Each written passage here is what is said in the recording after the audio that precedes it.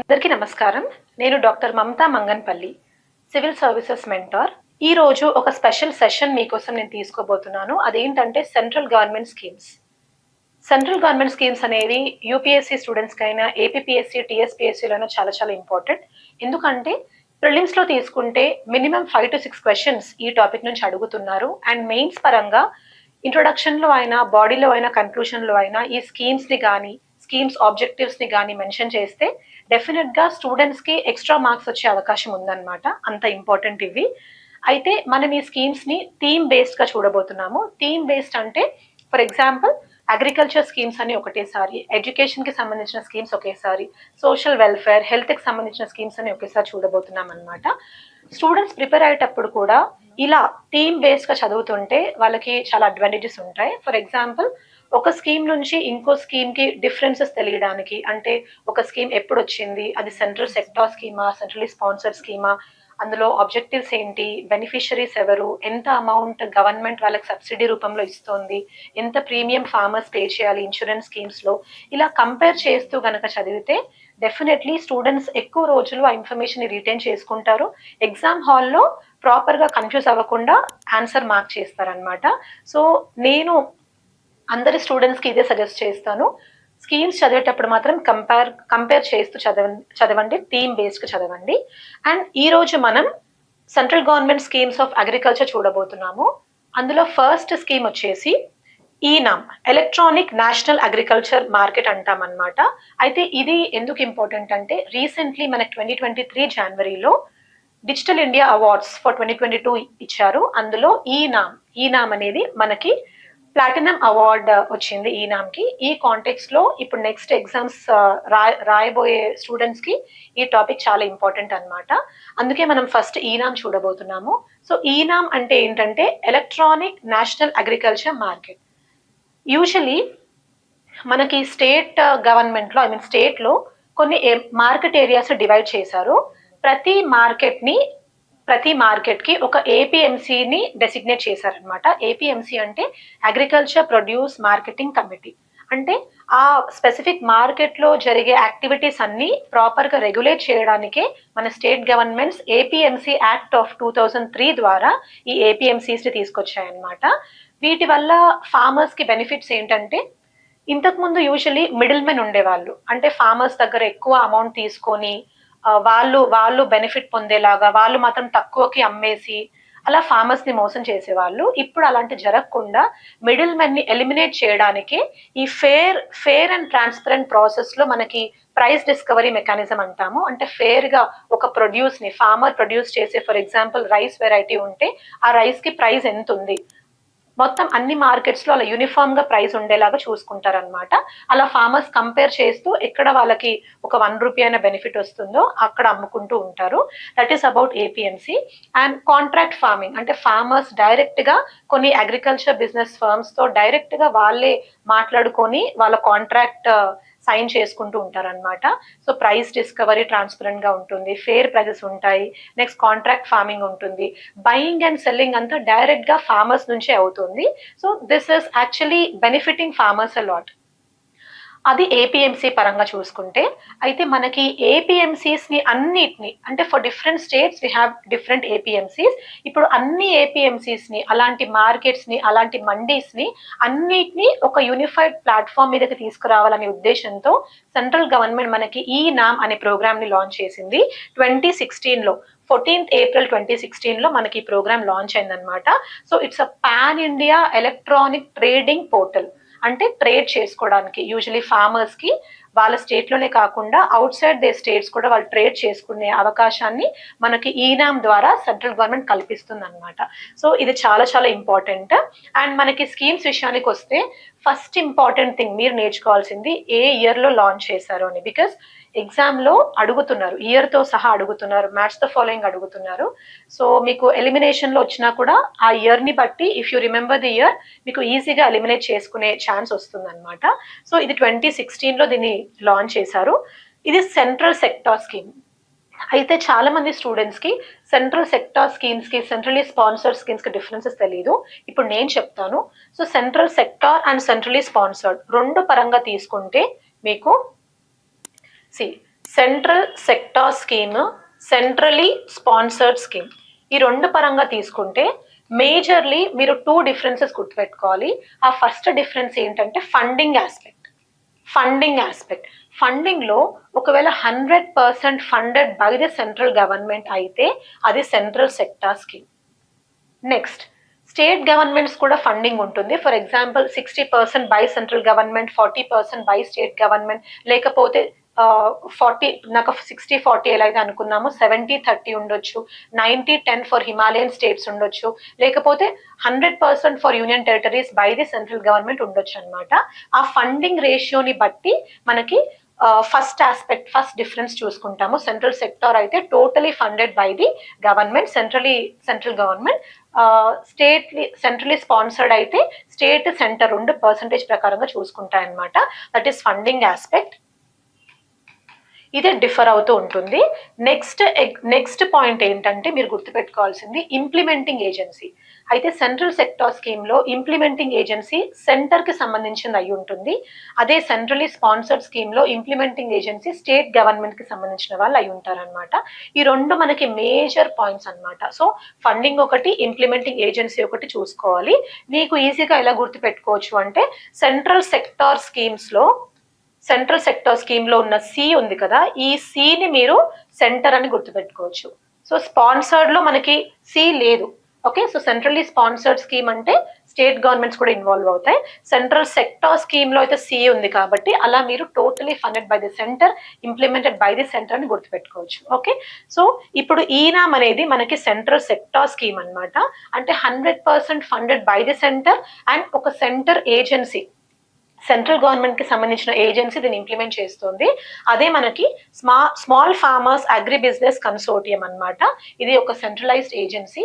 మనకి ఇది యాక్చువల్లీ ఒక అటోనామస్ బాడీ అనమాట. మనకి సొసైటీస్ రిజిస్ట్రేషన్ యాక్ట్ ఆఫ్ 1994 ద్వారా ఫామ్ అయిన బాడీ ఇది.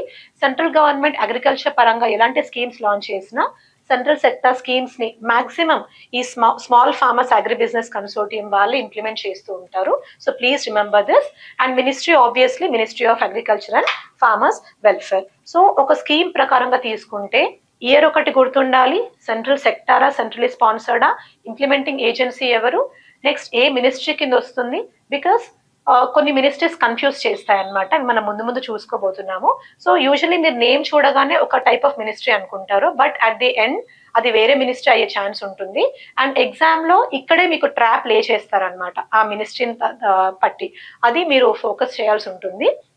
యా, సో ఆ తర్వాత మనం నెక్స్ట్ చూసుకోవాల్సింది features of this particular scheme.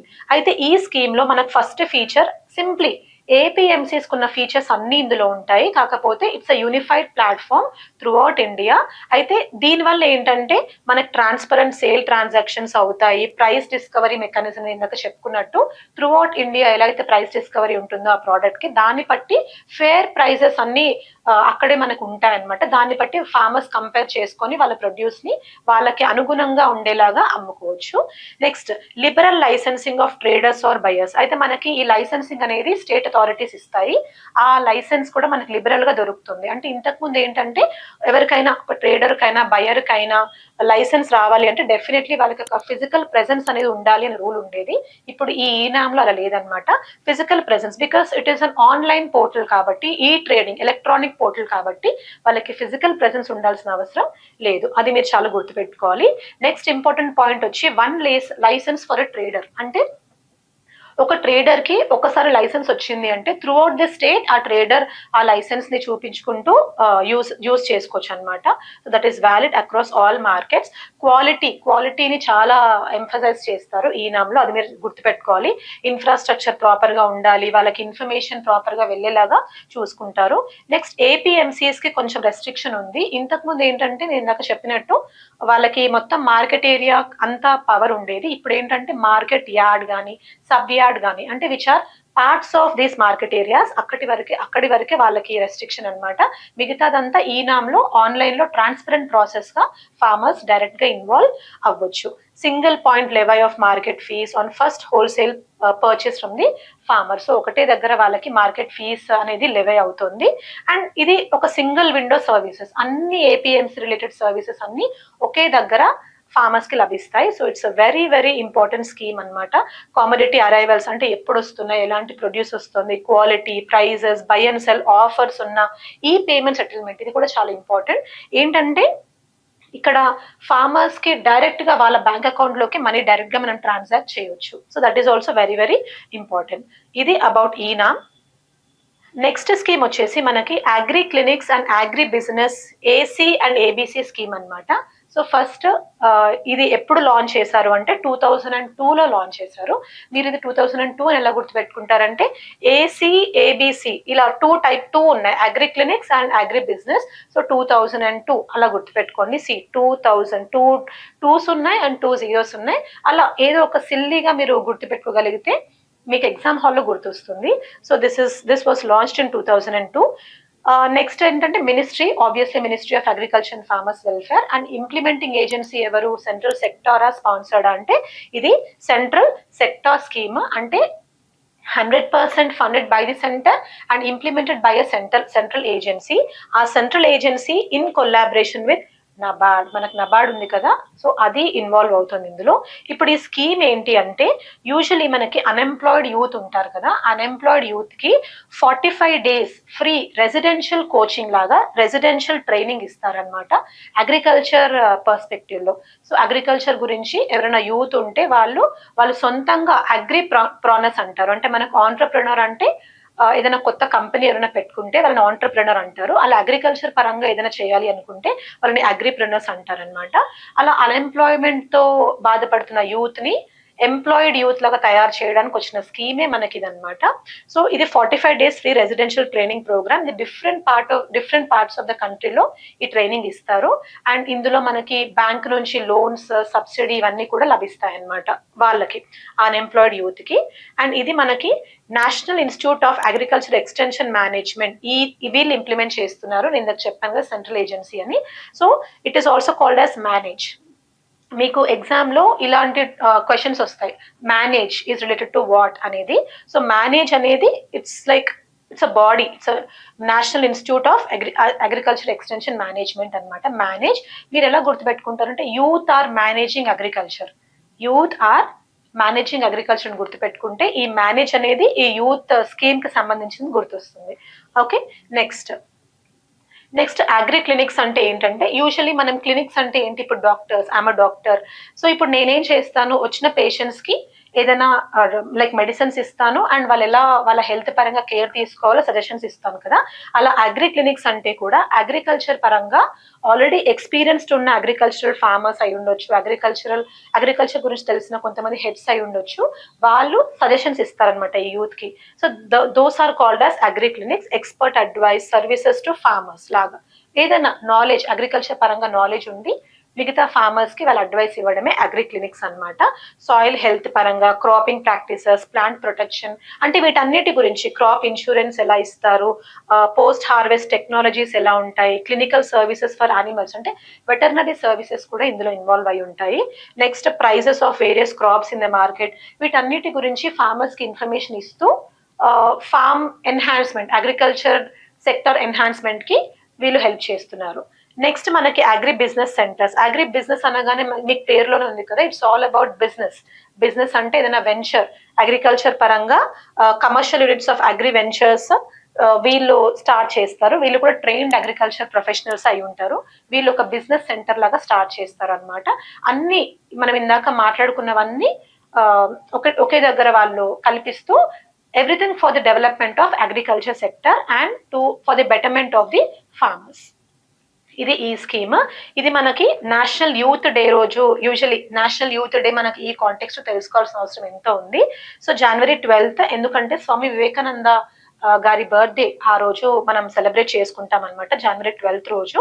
అయితే ఈసారి national youth festival usually January 12th నుంచి 16th కి మనం సెలబ్రేట్ చేసుకుంటాం యూత్ ఫెస్టివల్ పేరున.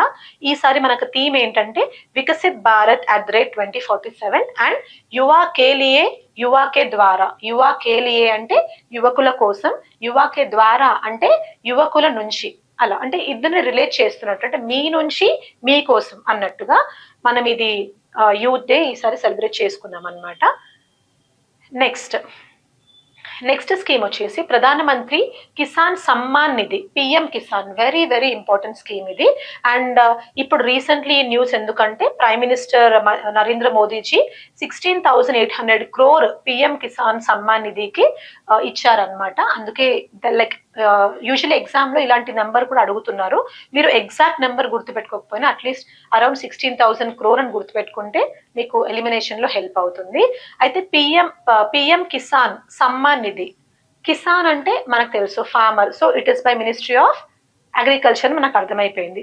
నెక్స్ట్ సమ్మాన్ నిధి, నిధి అంటే సమ్ ఇన్కమ్ ఆర్ ఫైనాన్సింగ్. సో మనం పేరు నుంచే ఫస్ట్ డెరైవ్ చేద్దాము. కిసాన్ సమ్మాన్ నిధి, నిధి అయిపోయింది. ఇప్పుడు సమ్మాన్, సమ్మాన్ అంటే యూజువలీ మనం అంటే గుర్తుపెట్టుకోవడానికి చెప్తున్నాను, సన్మానించడం అని గుర్తుపెట్టుకుంటే అంటే రికగ్నైజింగ్ దేర్ ఎఫర్ట్స్. అలా ల్యాండ్ హోల్డింగ్ ఫార్మర్స్ అంటే ఏ ఫార్మర్స్ కి అయితే ల్యాండ్ ఉంటుందో irrespective of the amount of land, అంటే ఇంతే అమౌంట్ ఉండాలి అనేది లేదు ఇప్పుడు. Irrespective of the amount of land holding farmers కి మన గవర్నమెంట్ నుంచి వచ్చే ఇన్కమ్ అన్నమాట. సో అలా income for land holding farmers, main feature of this scheme ఇదే అన్నమాట, ప్రధాన మంత్రి కిసాన్ సన్మాన్ నిధి. సో ఆ నేమ్ ని గుర్తుపెట్టుకుంటే మీకు ఆ స్కీమ్ ఏంటో అర్థమైపోతుంది. సో మనం చూసాము ఇది ఎప్పుడు లాంచ్ అయిందని 2019 లో దీన్ని లాంచ్ చేశారు. And obviously financial needs for land holding farmers కోసం ఇది లాంచ్ చేశారనమాట. ఎంత ఫైనాన్స్ ఇస్తారు, నేను ఇందాక గవర్నమెంట్ మనీ ఇస్తారని చెప్పాను కదా, ఎంత ఇస్తారు అంటే 6,000 per year. ఇది కూడా చాలా ఇంపార్టెంట్, అంటే పర్ ఇయర్ ఇస్తారా, ఇయర్ లో 2 సార్లు ఇస్తారా, ఇయర్ లో ఎన్నిసార్లు ఇస్తారు, ఎన్ని ఇన్స్టాల్మెంట్స్ లో ఇస్తారు, ఇలా ఎన్ని ఇయర్స్ కి ఇస్తారు, ఈ పాయింట్స్ అన్ని కూడా మనకి ఎగ్జామ్ లో అడుగుతారు. So 6,000 per year in 3 equal installments, అంటే మనకి 12 months ఉన్నాయి కదా, 3 equal installments అంటే at the end of 4th month మనకి బ్యాంక్ అకౌంట్స్ లో, అంటే ఫార్మర్స్ బ్యాంక్ అకౌంట్స్ లో ఈ అమౌంట్ ట్రాన్స్ఫర్ అవుతుంది across the country through direct benefit transfer mode అన్నమాట. అయితే ఇది ఇంతకు ముందు ఉన్న స్కీమ్ కొత్తగా స్టార్ట్ చేసినప్పుడు only small and marginal farmers కి ఇచ్చేవాళ్ళు, అది కూడా వాళ్ళకి ల్యాండ్ ఓన్లీ 2 hectares ఉండాలి, 2 hectares ఉన్న ల్యాండ్ ఉన్న ఫార్మర్స్ కి ఇచ్చేవాళ్ళు. ఇప్పుడు అలా కాకుండా దాన్ని తీసేసి అందరి ల్యాండ్ హోల్డింగ్ ఫార్మర్స్ కి ఈ స్కీమ్ ని మన గవర్నమెంట్ ఇస్తుంది అనమాట.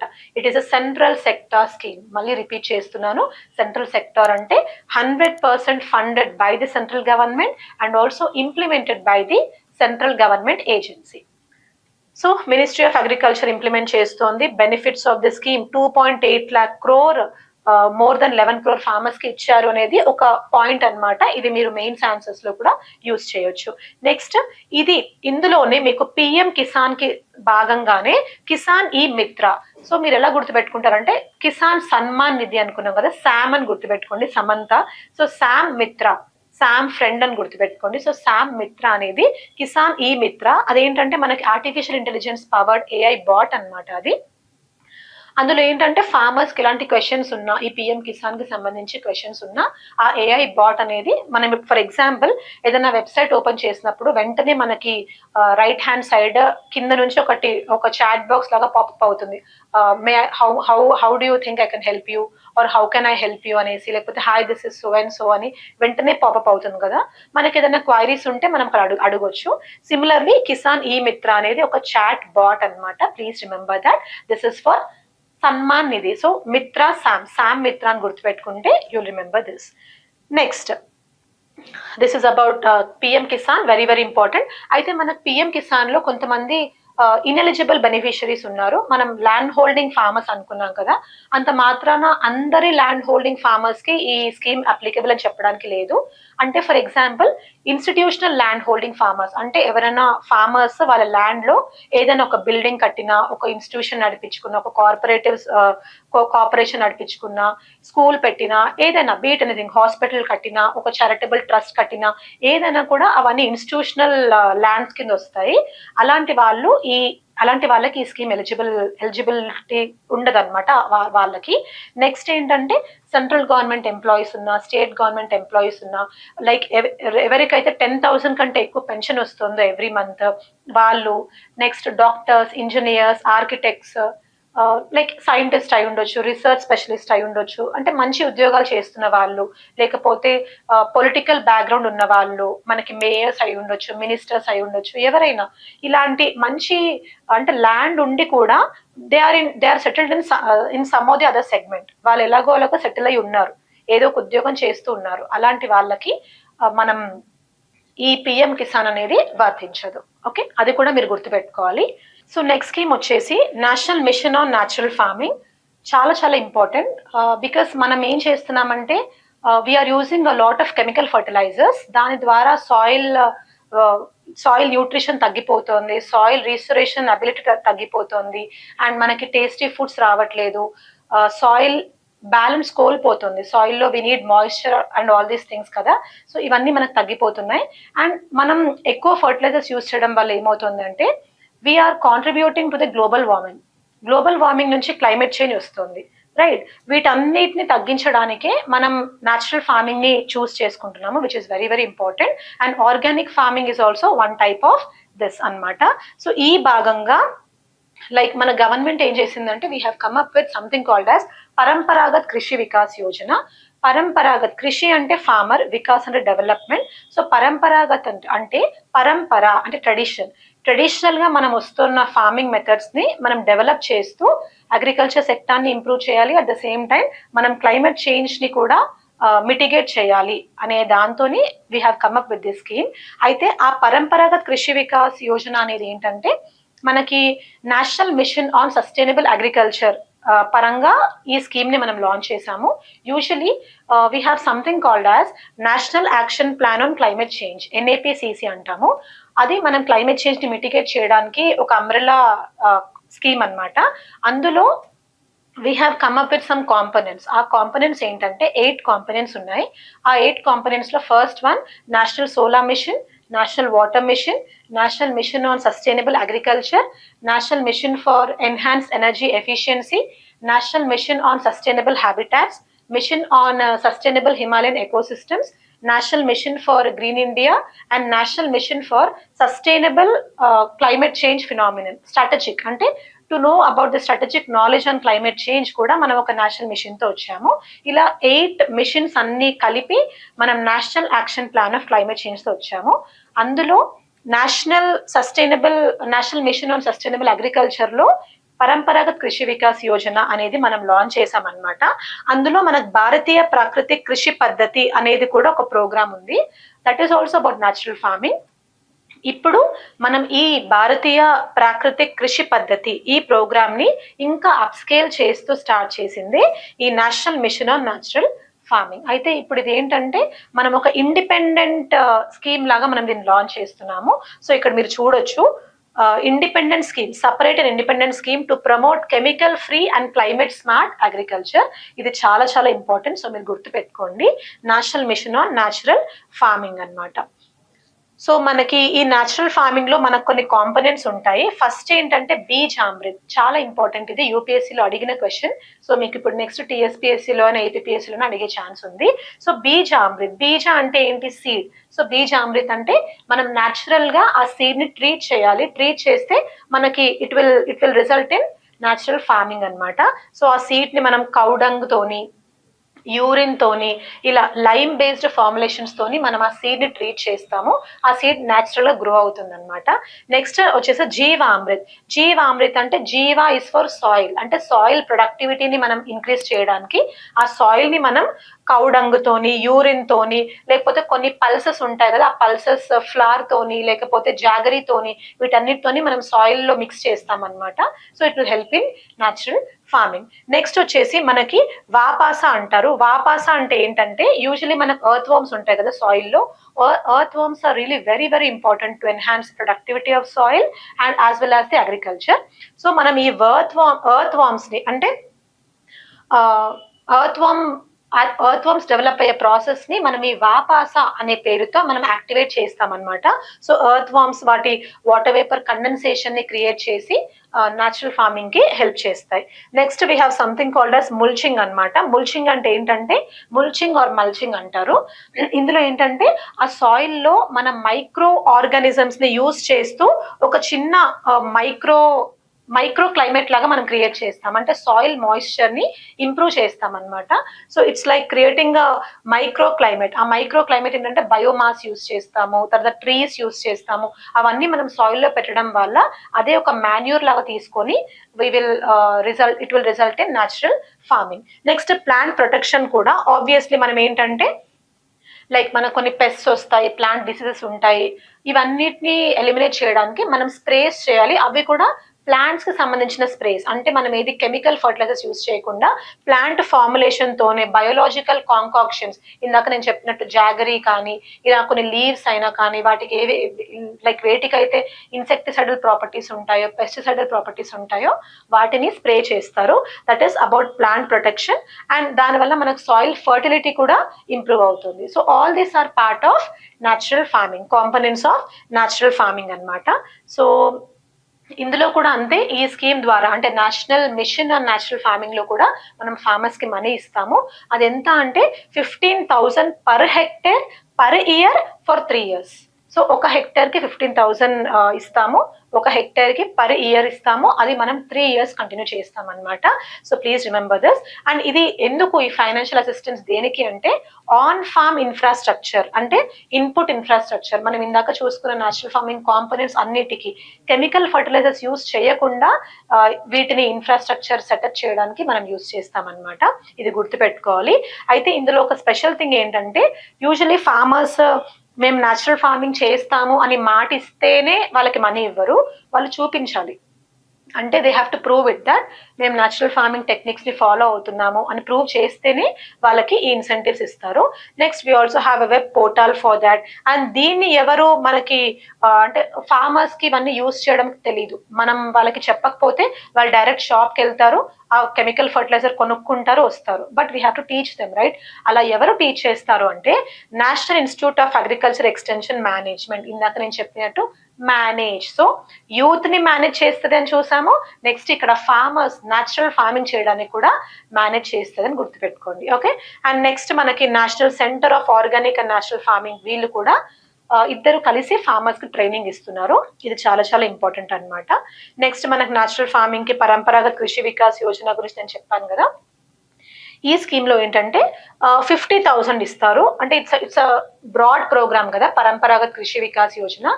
ఆ బ్రాడ్ ప్రోగ్రామ్ లో ఫార్మర్స్ కి 50,000 ఇస్తారు పర్ హెక్టేర్ ఫర్ 3 years. అది 1 year అవ్వచ్చు, లైక్ ఫర్ ఎవ్రీ 15 months అవ్వచ్చు, depending upon the need of the farmer. For 3 years ఇస్తారు 50,000. అండ్ అందులో 31,000, ఈ నెంబర్స్ మాత్రం మీరు స్పెసిఫిక్ గా గుర్తుపెట్టుకోవాలి. 31,000 directly through DBT for inputs of bio fertilizers, bio pesticides, organic manure, compost, vermi compost అంటే for earth worms ని యాక్టివేట్ చేయడం, ఇవన్నీ ఇవ్వడానికి 31,000 అందులోంచి ఇస్తారు. మిగతా amount they can use it for other purposes. And ఇందులో ఏంటంటే government of India, state government sharing pattern 60-40 వస్తుంది. ఇక్కడ మనకి agriculture is a state aspect కాబట్టి కొంచెం పరంపరాగత కృషి వికాస్ లో స్టేట్స్ రోల్ కూడా చాలా ఇంపార్టెంట్ అన్నమాట. So this is this. And next వచ్చేసి పిఎం ప్రణామ్. ఇది ఎలా గుర్తుపెట్టుకుంటారంటే యూజువలీ మనం ప్రణామ్ అంటే లైక్ రిమెంబర్ మదర్ ఎర్త్, మనం పుట్టిన ఎర్త్ కి మనం దండం పెడుతున్నట్టు మీరు గుర్తుపెట్టుకోండి. So Pranam for mother earth అన్నమాట. అంటే this is for soil regeneration. మనం ఎంతో సాయిల్ ని వేస్ట్ చేస్తున్నాం, ఇందాక మనం చెప్పినట్టు కెమికల్ ఫర్టిలైజర్స్ యూస్ చేసి కానీ, ఆ సాయిల్ మాయిశ్చర్ పోగొట్టి కానీ ఆ సాయిల్ కున్న వాల్యూ తగ్గిపోతుంది. సో అల్టిమేట్లీ మనమే ఎఫెక్ట్ అవుతాం కదా, దాన్ని రీజనరేట్ చేయడానికి we are coming up with this PM PRANAM programme అన్నమాట. సో ప్రణామ్ అంటే ఏంటంటే ఫుల్ ఫామ్ ఏంటి అంటే restoration PM programme for restoration, awareness, nourishment and amelioration of mother earth. ఇది ఎప్పుడు మనకి 2023-24 బడ్జెట్ అనౌన్స్మెంట్ లో ఈ ప్రోగ్రామ్ ని లాంచ్ చేశారు. అండ్ ఇదేంటంటే మనకి కెమికల్ ఫర్టిలైజర్స్ ప్లేస్ లో ఆల్టర్నేటివ్ ఫర్టిలైజర్స్ యూస్ చేస్తూ మన సాయిల్ ఎర్త్ ని, లేకపోతే మన ఎర్త్ సాయిల్ ని ప్రాపర్ గా యూస్ చేసుకోవాలి, రీజనరేట్ చేయాలి అనే ఉద్దేశంతో మనం పిఎం ప్రణామ్ అనే ప్రోగ్రామ్ ని లాంచ్ చేశాం. రీజనరేటివ్ అగ్రికల్చర్ నేను చెప్పాను కదా. సో రీజనరేటివ్ అగ్రికల్చర్ అంటే ఏంటంటే అవుట్కమ్ బేస్డ్, అంటే రిజల్ట్ ఓరియంటెడ్ బేస్డ్ అగ్రికల్చర్. ఇది అంటే మనకు ఫుడ్ ప్రొడక్షన్ పెరుగుతుంది, సాయిల్ హెల్త్ ఇంప్రూవ్ అవుతుంది, క్లైమేట్ ని ప్రొటెక్ట్ చేస్తుంది. So it helps in the mitigation of climate change, water resources ని, బయోడైవర్సిటీని కాపాడుతుంది. ఇవన్నీ ఫార్మర్స్ ప్రొడక్టివిటీ ఇంక్రీజ్ అవుతుంది, ఫార్మర్స్ ఇన్కమ్ ఇంక్రీజ్ అవుతుంది. మనం usually by 2022 farmers income double అవ్వాలని ఎన్నో ప్రోగ్రామ్స్ చేసాం కదా, అలా ఫార్మర్స్ ఇన్కమ్ ఇంక్రీజ్ అవ్వడానికి కూడా ఈ ప్రోగ్రామ్ మనకి హెల్ప్ అవుతుంది అనమాట. So this is about this program. So మనం ఏంటంటే కెమికల్ ఫర్టిలైజర్స్ యూజ్ చేయాలి, కొన్ని దగ్గర కొన్ని ప్లేసెస్ లో యూజ్ చేయాల్సి వస్తుంది. For example we use urea, diammonium phosphate ఇవన్నీ యూజ్ చేస్తాం కదా, కాకపోతే వాటిని బ్యాలెన్స్డ్ గా యూజ్ చేస్తూ, ఎక్కువ యూజ్ చేయకుండా బ్యాలెన్స్డ్ గా యూజ్ చేస్తూ, మనకి ఎక్కడైతే ఎక్కువ ఫర్టిలైజర్స్ అవసరమో అక్కడ ఆల్టర్నేటివ్ ఫర్టిలైజర్స్ యూజ్ చేస్తూ మనం చేయాలన్నమాట. So that is this. And మనం ఇది అంటే ఈ స్కీమ్ ఇంట్రడ్యూస్ చేయాల్సిన అవసరం ఏమొచ్చింది అంటే, మనకిప్పుడు urea, diammonium phosphate, muriate of potash, nitrogen, phosphorus and potassium, ఈ ఫర్టిలైజర్స్ యూసేజ్ మనకి 21% పెరిగింది. 2017-18 నుంచి 21-22 వరకు 21% పెరిగింది. అంటే మనం అన్ని కెమికల్ ఫర్టిలైజర్స్ ఎక్కువ శాతంలో యూజ్ చేస్తున్నాం. అండ్ ఫార్మర్స్ ఎప్పుడైనా ఫర్టిలైజర్స్ యూజ్ చేస్తే ఏమవుతుందంటే వాటి కాస్ట్ ఎక్కువ ఉంటుంది కాబట్టి గవర్నమెంట్ ఆ ఫర్టిలైజర్స్ సబ్సిడీ ఇవ్వాలి. సో దీనివల్ల గవర్నమెంట్ ఇచ్చే మనీ కూడా పెరుగుతోంది. బడ్జెట్ పరంగా గవర్నమెంట్ ఏం చేస్తుంది, ఫర్టిలైజర్స్, కెమికల్ ఫర్టిలైజర్స్ కి సబ్సిడీ ఇవ్వాల్సి వస్తుంది. సబ్సిడీ ఇస్తున్నారు కాబట్టి ఫార్మర్స్ ఇంకా వాటిని ఎక్కువ పర్చేస్ చేస్తూ ఉంటారు. సో ఒక సైకిల్ లాగా ఇది రివాల్వ్ అవుతుంది. ఈ సైకిల్ ని ఆపడానికే మనం ఈ ప్రోగ్రామ్ తో వచ్చామన్నమాట. ఓకే, సో ఈ రకంగా తీసుకుంటే కూడా మనం ఒక పాయింట్ చాలా ఇంపార్టెంట్ గా తెలుసుకోవాలి. మనం యూరియా పరంగా తీసుకుంటే, యూరియా ఏంటంటే యూరియా ఒక వైట్ కాంపౌండ్ అన్నమాట. ఆ యూరియా మనకి ఆర్టిఫిషియల్ నైట్రోజన్ ని మనం ప్లాంట్స్ కి ఇచ్చేలాగా, అందుకే లైక్ ఆర్టిఫిషియల్ నైట్రోజన్ ని ప్లాంట్స్ కి ఇవ్వడం కోసం మనం యూరియా వాడుతూ ఉంటాము. అండ్ మనం ఇండియా ఏంటంటే second largest consumer and third largest producer of urea in the world. So urea చాలా ఇంపార్టెంట్ కాబట్టి ఈ క్వశ్చన్ అడిగే ఛాన్స్ చాలా ఉంది. అయితే యూరియా పరంగా మనం ఏం చేస్తున్నామంటే, మనకి 2021లో usually we came up with liquid nano urea అనమాట. అంతకంటే ముందు 2015లో మన government of India neem coating యూరియాని ఇంట్రడ్యూస్ చేసింది. So urea is a white crystalline compound, అది నైట్రోజన్ ని ఇస్తుంది. ఓకే, ఆర్టిఫిషియల్ నైట్రోజన్ ని మనకి it's called a synthetic fertilizer అంటాం అనమాట. 2015లో గవర్నమెంట్ ఏం చేసింది, మనం నీమ్ కోటింగ్ యూరియా వాడాలి అని మ్యాండేటరీ చేసింది. నీమ్ కోటింగ్ అంటే ఏంటంటే యూరియాకి, మనం ఇచ్చే యూరియాకి నీమ్ ఆయిల్ తో కోట్ చేసి ఇవ్వాలి అనేది స్టార్ట్ చేసింది, మ్యాండేటరీ చేసింది. తర్వాత 2021లో we came up with something called as liquid nano urea. So liquid nano urea అంటే మనం నానో టెక్నాలజీ యూజ్ చేసి ఒక నానో పార్టికల్ లాగా లిక్విడ్ ఫామ్ లో ఈ యూరియాని వాడతాం. సో లిక్విడ్ ఫామ్ అంటే మీకు ఒక ఎగ్జాంపుల్ లాగా చెప్పాలంటే, ఫర్ ఎగ్జాంపుల్ ఒక 500 ml బాటిల్ తీసుకుంటే, 500 ml ఆఫ్ ఈ లిక్విడ్ నానో యూరియా బాటిల్ తీసుకుంటే అందులో 40,000 మిల్లీలీటర్స్ ఆఫ్ నైట్రోజన్ ని మనం ప్లాంట్ కి ఇస్తున్నట్టు అర్థం. ఓకే, ఒక 500 ml లో 40,000 మిల్లీలీటర్స్ ఆఫ్ నైట్రోజన్ అందులో ఉంటుంది. అండ్ అంటే that is equivalent to 1 bag of urea. ఒక bag of conventional urea use చేస్తే మనకు ఎంత నైట్రోజన్ వస్తుందో, ఈ 500 ml liquid nano urea use చేస్తే కూడా మనకు అంత నైట్రోజన్ ప్లాంట్స్ కి ఇస్తాము. అండ్ ఇది లిక్విడ్ ఫామ్ లో ఉండడం వల్ల మనం స్ప్రే చేస్తామన్నమాట లీవ్స్ పైన.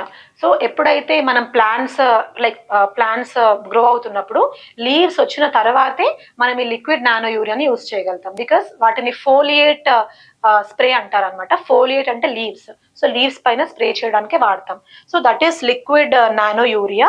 ఇది మనం first liquid nano urea Kalol, Gujarat లో యూజ్ చేసాము. దీనివల్ల ఏంటంటే లైక్ ఫర్టిలైజర్ కన్సంప్షన్ తగ్గుతుంది అండ్ సాయిల్ ఫర్టిలిటీ కూడా డిస్టర్బ్ అవ్వదు.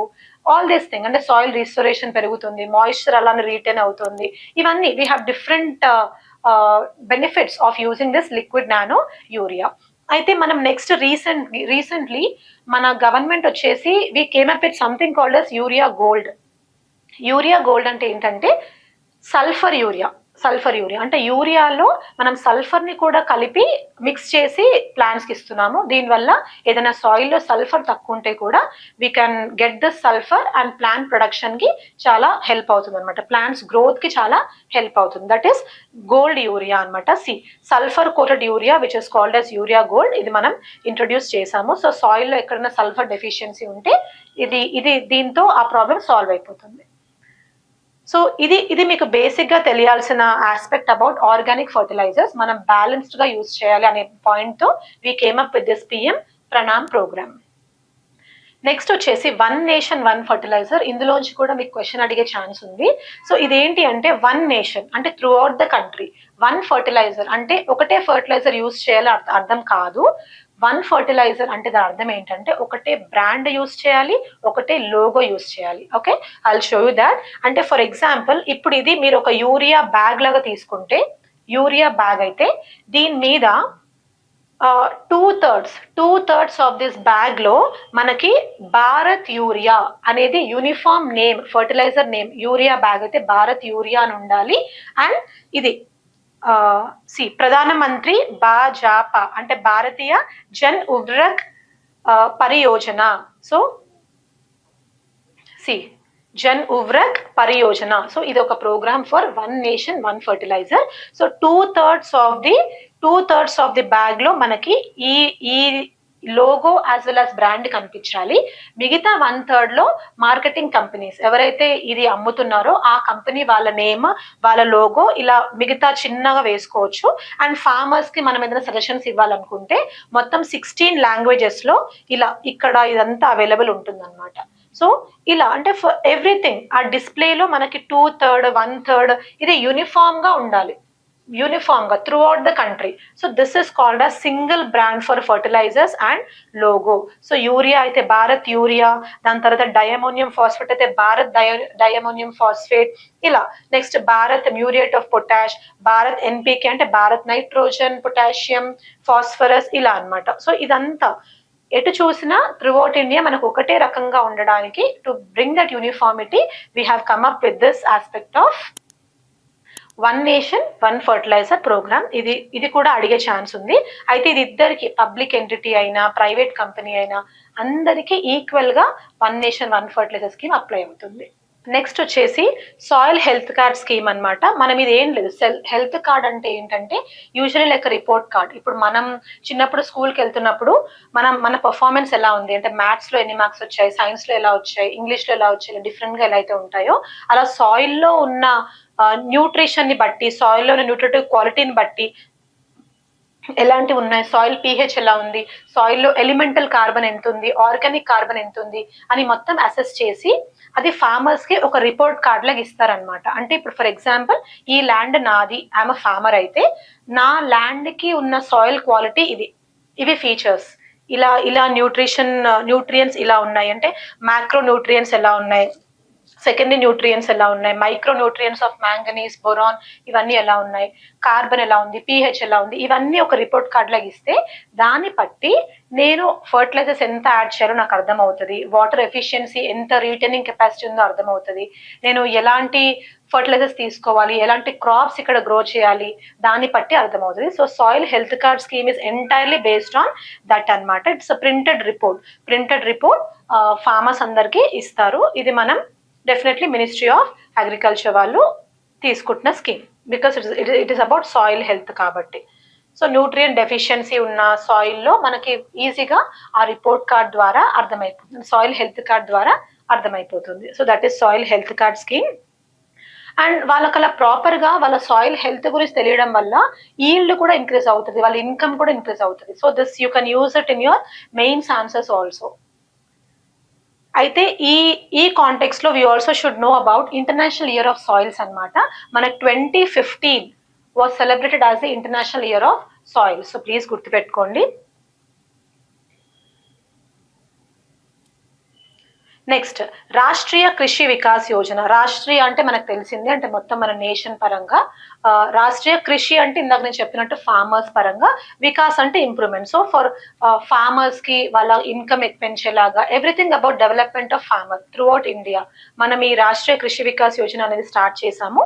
ఇందులో మనకి డిఫరెంట్ సబ్ కాంపనెంట్స్ ఉంటాయన్నమాట. అంటే వాటర్ మేనేజ్మెంట్ కి, సాయిల్ మేనేజ్మెంట్ కి, న్యూట్రియంట్ మేనేజ్మెంట్ కి, ఫర్టిలైజర్ మేనేజ్మెంట్ కి, ఎవ్రీథింగ్ అండర్ వన్ అంబ్రెల్లా లాగా ఫార్మర్ డెవలప్మెంట్ కోసం మనం స్టార్ట్ చేసింది రాష్ట్రీయ కృషి వికాస్ యోజన అనే స్కీమ్ అన్నమాట. సో ఇందులో మనకి డిఫరెంట్ గా ఉన్నాయని చెప్పాను కదా. క్రాప్ డైవర్సిఫికేషన్ ప్రోగ్రామ్ అంటే మనం కొన్ని మంత్స్ కి ఎలాంటి క్రాప్స్ గ్రో చేయాలి, తర్వాత ఎలాంటి క్రాప్స్ గ్రో చేయాలి, అలాంటివన్నీ మనకి ఒకే దగ్గర ఉంటాయి. So as part of that we have something called as ప్రధాన మంత్రి కృషి సించాయి యోజన. సో ప్రధాన మంత్రి కృషి సించాయి యోజన కూడా ఒక స్కీమ్. ఆ స్కీమ్ ని మీరు ఎలా గుర్తుపెట్టుకుంటారంటే, సించాయి ప్రధాన మంత్రి ఓకే, కృషి అంటే ఫార్మర్స్, సించాయి అంటే రిమెంబర్ సంథింగ్ లైక్ చాయ్. చాయ్లో మనం వాటర్ యూస్ చేస్తాం కదా, అలా దిస్ ఇస్ ఫర్ సించాయి అంటే వాటర్ అని గుర్తుపెట్టుకుంటే, అందులో we have different programs like చూడండి, ఇదంతా ప్రధాన మంత్రి కృషి సించాయి యోజన. ఫస్ట్ వన్ వచ్చేసి per drop more crop. Per drop అంటే ఒక్క డ్రాప్ కి మోర్ క్రాప్ అంటే ఇది వాటర్ ఎఫిషియన్సీ కోసం. మనం వాటర్ ని వేస్ట్ చేయకుండా ఒక్క డ్రాప్ ఆఫ్ వాటర్ కి కూడా అంత వాల్యూ ఉంది, మనం క్రాప్ ని పెంచొచ్చు అనే ఉద్దేశంతో ఈ స్కీమ్ అన్నమాట. So it's a micro irrigation program. Micro irrigation అంటే లైక్ చిన్న చిన్న వాటర్, కొంచెం కొంచెం వాటర్ మనం క్రాప్స్ కి ఇస్తున్నట్టు అర్థం. ఓకే, నెక్స్ట్ ఇందులోనే మనకి her Khet Ko pani. Her kth అంటే ఎవ్రీ ఫీల్డ్ కి వాటర్ వచ్చేలాగా మనం ఎన్షూర్ చేయాలి. అది దట్ ఈస్ అంటే అందులో మనకి ఏంటంటే command area development, water management, repair, renovation, restoration of water bodies, ఇవన్నీ. మైనర్ ఇరిగేషన్ అంటే వాటర్ బాడీస్ ని రిప్లెనిష్ చేయడం కానీ, సర్ఫేస్ అండ్ గ్రౌండ్ వాటర్ మీద వర్క్ చేయడం కానీ, వీటి వల్ల ఏంటంటే ఇవి చేస్తే ప్రతి ఫీల్డ్ కి వాటర్ అవైలబిలిటీ పెరుగుతుంది అనే దాంతో Har Khet Ko Pani. Next watershed development అంటే ఇంకా మొత్తం ఎంటైర్ వాటర్ షెడ్ ఇంటిగ్రేట్ చేస్తూ వాటర్ షెడ్ ని, దాని తర్వాత డిఫరెంట్ రీజియన్స్ లాగా. ఇప్పుడు మనం ఎలాగైతే ఇక్కడ ఇరిగేషన్ వాటర్ బాడీస్ ఒక రీజన్ అనుకున్నామో, వాటర్ షెడ్ అంటే ఇంకా డిఫరెంట్ రీజన్స్ అంటే ఒక విలేజ్ తర్వాత ఇంకొక విలేజ్, ఆ రెండింటిని కలిపి ఒక యూనిట్ లాగా తీసుకొని అలా వాటర్ షెడ్ ప్రోగ్రామ్ అంటాం అనమాట. సో ఇంటిగ్రేట్ చేస్తూ ఇది మన్రేగా, మనకి Mahatma Gandhi national rural employment scheme కూడా ఇందులో ఇన్వాల్వ్ అయి ఉంటుంది వాటర్ షెడ్ డెవలప్మెంట్ లో. అయితే మీకు ప్రిలిమ్స్ లో అడిగే ఛాన్స్ ఎలా ఉంటుందంటే, ఈ క్వశ్చన్ కి ప్రధాన మంత్రి కృషి సించాయి యోజనలో ఎన్ని మినిస్ట్రీస్ ఇన్వాల్వ్ అయి ఉన్నాయి అంటే, we have 3 ministries. First one ఏంటంటే usually ministry of agriculture, definitely ఇది ఫార్మర్స్ కాబట్టి ministry of water resources development and ministry of rural development. Ministry of water resources ఒకటి, rejuvenation and Ganga rejuvenation programme అనమాట ఇది. Next మనకు వచ్చింది ministry of rural development. So ఈ 3 ministries కలిసి మనకు ప్రధాన మంత్రి కృషి సించాయి యోజన, వీటిలో ఈ స్కీమ్ లో ఇన్వాల్వ్ అయి ఉన్నాయి. ఇది చాలా చాలా ఇంపార్టెంట్. ఇంతకుముందు యూపీఎస్సీలో అడిగారు. సో నెక్స్ట్ టీఎస్పీఎస్సీ, ఏపీపీఎస్సీలో కూడా అడిగే ఛాన్స్ ఉంది.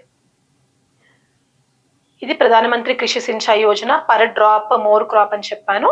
నెక్స్ట్ వచ్చేసి మనకి ప్రధానమంత్రి ఫసల్ బీమా యోజన. సో బీమా అనగానే మీకు గుర్తుకు రావాల్సింది ఇన్సూరెన్స్ స్కీమ్.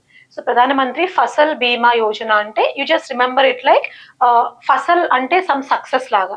సో అంటే సఫలత ఎలా అయితే గుర్తుపెట్టుకుంటారో అలా ఫసల్ లాగా ఒక సక్సెస్ లాగా గుర్తుపెట్టుకోండి. ఆ సక్సెస్ దేనికి అంటే ఈల్డ్.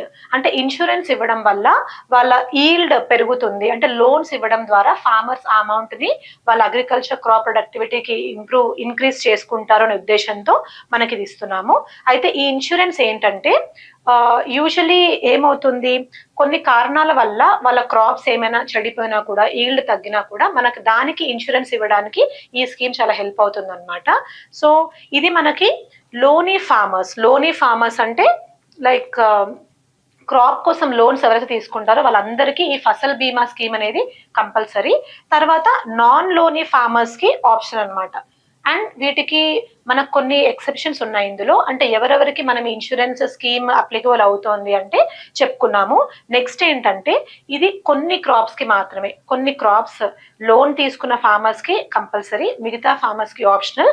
అండ్ కొన్ని ఫార్మర్స్ కి, కొన్ని క్రాప్స్ కి అంటే cereals, millets, pulses, oil seeds, annual commercial crops, annual horticultural crops, వీటికి మాత్రం అంటే ఒక లిస్ట్ ఉంటుంది. ఆ లిస్ట్ ఆఫ్ క్రాప్స్ కి మాత్రమే మనం ఇన్సూరెన్స్ ప్రొవైడ్ చేస్తాం ఒకవేళ ఈ ఈల్డ్ లో ఏమైనా లాస్ ఉంటే.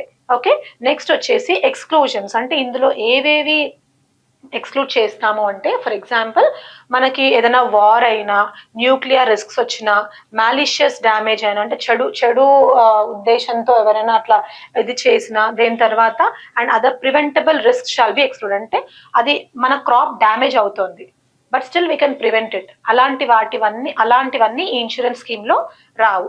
All these are excluded from this insurance scheme అనమాట. సో ఇందులో అండ్ ఇన్సూరెన్స్ స్కీమ్ అంటే మనకి ఏం తెలుసు, మనం కొంచెం ప్రీమియం పే చేయాలి డెఫినెట్లీ, రైట్? అలా ఎంత ప్రీమియం పే చేయాలి అంటే 2% బై ద ఫార్మర్స్, అంటే అన్ని ఖరీఫ్ క్రాప్స్ కి మనం 2% పే చేయాలి. దాని తర్వాత రాబీ క్రాప్స్ కి 1.5% పే చేయాలి. దాని తర్వాత యాన్యువల్ కమర్షియల్ హార్టికల్చరల్ క్రాప్స్ కి 5% పే చేయాలి. సో ఎలా గుర్తుపెట్టుకుంటారంటే మీరు Rabi, Kharif as well as horticultural crops. ఎలా అంటే ఇప్పుడు రాబీ తీసుకుంటే అది చిన్న లెటర్స్, అంటే 4 letters ఉంది. So this comes first, Rabi 4 letters. Next Kharif కొంచెం ఎక్కువ లెటర్స్ ఉన్నాయి, అంటే 6 letters ఉన్నాయి. అండ్ హార్టికల్చర్ ఇంకా ఎక్కువ. ఇలా మీరు ఫస్ట్ రాబీ వస్తుంది, దాని తర్వాత ఖరీఫ్ క్రాప్స్, దాని తర్వాత హార్టికల్చర్ ని అసెండింగ్ డిసెండింగ్ ఆర్డర్ లో గుర్తుపెట్టుకోవచ్చు if you are able to forget it. Okay, ఇది నెక్స్ట్ మిగతా ప్రీమియం ఏదైతే ఉందో అది మొత్తం central government and state government 1:1 రేషియోలో షేర్ చేసుకుంటాయి. సో ఇది మనకి ఇన్సూరెన్స్ ప్రోగ్రామ్ అన్నమాట. ఈ ప్రోగ్రామ్ లో మనకి కిసాన్ రక్షక్ హెల్ప్ లైన్ ఉంటుంది, ఒక పోర్టల్ ఉంటుంది. సో రక్షిస్తున్నాము, మీకు మీ క్రాప్ ఈల్డ్ కొన్ని కారణాల వల్ల తగ్గిపోతే మేము ఇన్సూరెన్స్ ఇస్తాము అనే నమ్మకం కలిగిస్తున్నాము కదా. సో ఇట్స్ లైక్ రక్షిస్తున్నాము అని. సో అలా కిసాన్ రక్షక్ హెల్ప్ లైన్ ఉంది, పోర్టల్ ఉంది. అలానే మనకి agri insurance sandbox framework, insurance sandbox about insurance scheme. Next Sarathi అంటే ఏంటంటే ఎవరైనా మనకు సహాయం చేసే వాళ్ళని మనం సారథి అంటాం. అంటే మనకు ఒక పాత్ చూపించే వాళ్ళని, దారి చూపించే వాళ్ళని, సహాయం చేసే వాళ్ళని. అలా మనం ఇబ్బందుల్లో ఉన్నప్పుడు, మనకు ఆ ఈల్డ్ తగ్గిపోయినప్పుడు సారథి లాగా మనకు హెల్ప్ చేస్తున్నారు అని గుర్తుపెట్టుకోండి. అలా సారథి, లెర్నింగ్ మేనేజ్మెంట్ సిస్టమ్, ఇవన్నీ మనకి ఇన్సూరెన్స్ ప్రోగ్రామ్స్ అన్నమాట. Okay, please remember this. ఇది ఎవరు చూసుకుంటున్నారు దీన్ని అంటే నేషనల్ క్రాప్ ఇన్సూరెన్స్ పోర్టల్. ఇది కూడా మనకి ఈ పోర్టల్లే మనకి, అంటే లైక్ ఆల్ దీస్ యాక్టివిటీస్ అన్ని ఇంప్లిమెంట్ అయ్యేది ఈ పోర్టల్ ద్వారా ఇంప్లిమెంట్ అవుతాయి అన్నమాట. So please remember this. Next Pradhan Mantri Kisan Maan Dhan Yojana. So ఇది ఎలా గుర్తుపెట్టుకుంటారంటే ఈ ప్రధాన మంత్రి కిసాన్ ఫార్మర్. సో మాన్ ధన్ అంటే మనం ఏదో కొంచెం money, it's regarding some money. So Maan అంటే ఎలా గుర్తుపెట్టుకుంటారంటే రిమెంబర్ అన్ ఓల్డ్ మ్యాన్. ఆ మ్యాన్ ప్లేస్ లో you put up some old man. Okay, అయితే మనకి ఎవరైతే ఫార్మర్స్ అంటే small as well as marginal farmers ఉంటారో వాళ్ళు ఓల్డ్ ఏజ్కి వచ్చిన తర్వాత, అంటే అబౌవ్ 60 years తర్వాత వాళ్ళకి ఇన్కమ్ ఉండదు. దానికోసం అంటే వాళ్ళ 60 years తర్వాత వాళ్ళకి రెగ్యులర్ గా ఇన్కమ్ రావాలి అనే ఉద్దేశంతో లాంచ్ చేసిందే కిసాన్ మాన్ ధన్ యోజన అన్నమాట. సో వాళ్ళకి సేవింగ్స్ ఏమైనా లేకపోయినా వాళ్ళ లైవ్లీహుడ్ పరంగా వాళ్ళ ముందుకు వెళ్ళాలి అనే ఉద్దేశంతో మనం ఈ ప్రోగ్రామ్ ని లాంచ్ చేశాము. అయితే ఇందులో ఏంటంటే fixed pension definitely after 60 years వాళ్ళకి మంత్లీ 3,000 వాళ్ళ అకౌంట్ లోకి వెళ్తాయి అన్నమాట. అయితే కొన్ని ఎక్స్క్లూజన్ క్రైటీరియాస్ ఉంటాయి. నేను ఇందాక చెప్పినట్టు వాళ్ళు ఏదైనా లైక్ వాళ్ళ అబ్బాయిలు కానీ, ఇంకెవరైనా కానీ, వాళ్ళ పిల్లలు కానీ, లేకపోతే ఆ ల్యాండ్ హోల్డ్ చేసేదాన్ని వాళ్ళు ఏదైనా రెంట్కి ఇచ్చినా కూడా, ఎలాగైనా కూడా అంటే వాళ్ళకి కొంచెం అమౌంట్ ఏదైనా సేవింగ్ పరంగా ఉన్నా వాళ్ళందరినీ ఎక్స్క్లూడ్ చేస్తారు. ఈ బెనిఫిషరీస్ ని స్టేట్ గవర్నమెంటే చూస్తుంది. ఎలిజిబుల్ బెనిఫిషరీస్ ఎవరు అనేది స్టేట్ గవర్నమెంటే చెక్ చేస్తుంది అనమాట. సో వాళ్ళకి 3,000 పెన్షన్ ఇస్తారు at the age of 60 years, 60 వచ్చిన తర్వాత. అండ్ ఈ ప్రోగ్రామ్ అనేది వాలంటరీ, ఎవరికైతే కావాలో వాళ్ళే అలా కాంట్రిబ్యూట్ చేయాలి. ఎప్పటి నుంచి అంటే 18 to 40 years మధ్యలో వాళ్ళు కొంత అమౌంట్ ఎంత, 55 rupees నుంచి 200 per month. 55 rupees నుంచి 200 per month. వాళ్ళు ఇష్టం వచ్చినంత అమౌంట్ 18 years నుంచి 40 years వరకు వాళ్ళు మనకి ఇస్తేనే, మనకి అంటే డెఫినెట్లీ ఆ పెన్షన్ ఫండ్ లోకి వేస్తేనే 60 years అయిపోయిన తర్వాత వాళ్ళకి ఎవ్రీ మంత్ అందులో నుంచే 3,000 పెన్షన్ లాగా వెళ్తుంది. ఓకే, అదనమాట ఈ స్కీమ్. అండ్ ఒక ఫార్మర్ 55 rupees కాంట్రిబ్యూట్ చేసి సెంట్రల్ గవర్నమెంట్ కూడా సేమ్ అమౌంట్ కాంట్రిబ్యూట్ చేస్తుంది ఆ ఫార్మర్ కి. అది గుర్తుపెట్టుకోండి.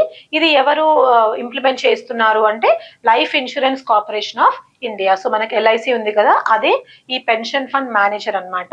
మొత్తం ఈ పెన్షన్ ఆస్పెక్ట్స్ అంతా LIC వాళ్ళు చూసుకుంటారు. ఒకవేళ ఆ farmer retirement date 60 retirement date అనుకుంటే, ఒకవేళ ఆ ఫార్మర్ రిటైర్మెంట్ డేట్ కన్నా ముందు చనిపోతే అప్పుడు వైఫ్ ఏం చేయొచ్చు అంటే ఆ మిగిలిన రిటైర్మెంట్ డేట్ వరకు కంటిన్యూ చేయొచ్చు. అది లైక్ మనీ ఇవ్వడం కంటిన్యూ చేయొచ్చు. లేకపోతే she can always come out అనమాట. ఒకవేళ నేను డిస్కంటిన్యూ చేద్దాము అనుకుంటే అప్పటి వరకు వాళ్ళు పెట్టిన అమౌంట్ కి ఇంట్రెస్ట్ తో సహా మనకు ఆ ఫండ్ నుంచి అమౌంట్ వచ్చేస్తుంది. లేదు ఒకవేళ వైఫ్ ఎవరు లేరు లేకపోతే హస్బెండ్ ఎవరు లేరు అనుకుంటే నామినీ ఎవరైతే ఉంటారో వాళ్ళకి పే చేస్తారు. అలా ఒకవేళ నామినీ అయినా ఎవరు లేకపోతే అంటే ఇద్దరు చనిపోయి నామినీ కూడా లేకపోతే ఆ అమౌంట్ అంతా మళ్ళీ back to the pension fund వెళ్ళిపోతుంది. ఓకే, అది గుర్తుపెట్టుకోండి. అండ్ నెక్స్ట్ ఒకవేళ ఫార్మర్ రిటైర్మెంట్ డేట్ తర్వాత చనిపోతే ఆ స్పౌస్ కి 50% of the amount pension amount వస్తుంది. Please remember this. సో ఇది వాలంటరీ స్కీమ్ కాబట్టి ఎప్పుడైనా ఎగ్జిట్ అవ్వచ్చు. యూజువల్లీ ఆ ఎగ్జిట్ అవ్వడానికి కూడా after minimum period of 5 years. అంటే ఫర్ ఎగ్జాంపుల్ వాళ్ళు 18 years నుంచి స్టార్ట్ చేస్తుంటే ఎగ్జిట్ అవ్వాలి అనుకుంటే మినిమం ఒక 5 years వరకు ఆగాలి. ఆగిన తర్వాతే వాళ్ళు ఎగ్జిట్ అవ్వచ్చు. అండ్ ఎగ్జిట్ అయ్యేటప్పుడు డెఫినెట్లీ వాళ్ళ ఇంట్రెస్ట్ అమౌంట్ తో పాటు వాళ్ళు అప్పటి వరకు ఎంత పెట్టారో అంత అమౌంట్ వాళ్ళకి వెనక్కి ఇచ్చేస్తారు. ఎవరిస్తారు? ఎల్ఐసి నుంచి వెళ్తుంది. So please remember that. Next వచ్చేసి formation and promotion of 10,000 farmer producer organisations. So మనకి పేరులో ఉంది కదా ఫార్మర్ ప్రొడ్యూసర్ ఆర్గనైజేషన్స్. అంటే ఇప్పుడు ఒక ఫార్మర్ చేసే పని కంటే అందరూ ఫార్మర్స్ ఒకటే దగ్గర కలిసికట్టుగా వాళ్ళకి కావాల్సినవన్నీ వాళ్ళే డెసిషన్స్ తీసుకుంటూ ఒకరినొకరు హెల్ప్ చేసుకుంటూ చేస్తే ప్రొడక్షన్ ఇంక్రీజ్ అవుతుంది. దానివల్ల వాళ్ళ ప్రాబ్లమ్స్ తగ్గిపోతాయి. ఇండివిజువల్ గా చూసుకునేవన్నీ కలెక్టివ్ రెస్పాన్సిబిలిటీ లాగా తీసుకుంటారు. So everything becomes very very easy and seamless. అదే మనకి ఫార్మర్ ప్రొడ్యూసర్ ఆర్గనైజేషన్స్. అవి వాలంటరీ ఆర్గనైజేషన్స్. అంటే మనకి సెంట్రల్ సెక్టార్ స్కీమ్ ద్వారా లాంచ్ అయ్యాయి అనమాట. మొత్తం ఫండింగ్ అంతా సెంట్రల్ గవర్నమెంట్ ఇస్తుంది వీటి ఫార్మేషన్ కైనా ఏవైనా. మోర్ ఓవర్ వాళ్ళు ఏంటంటే రిజిస్టర్ చేసుకోవాలి. అలా రిజిస్టర్ చేసుకుంటే ఇంకా వాళ్ళ డెసిషన్స్ వాళ్ళు తీసుకుంటూ వాళ్ళ డెవలప్మెంట్ వాళ్ళు చూసుకుంటూ రన్ చేసుకోవచ్చు అనమాట.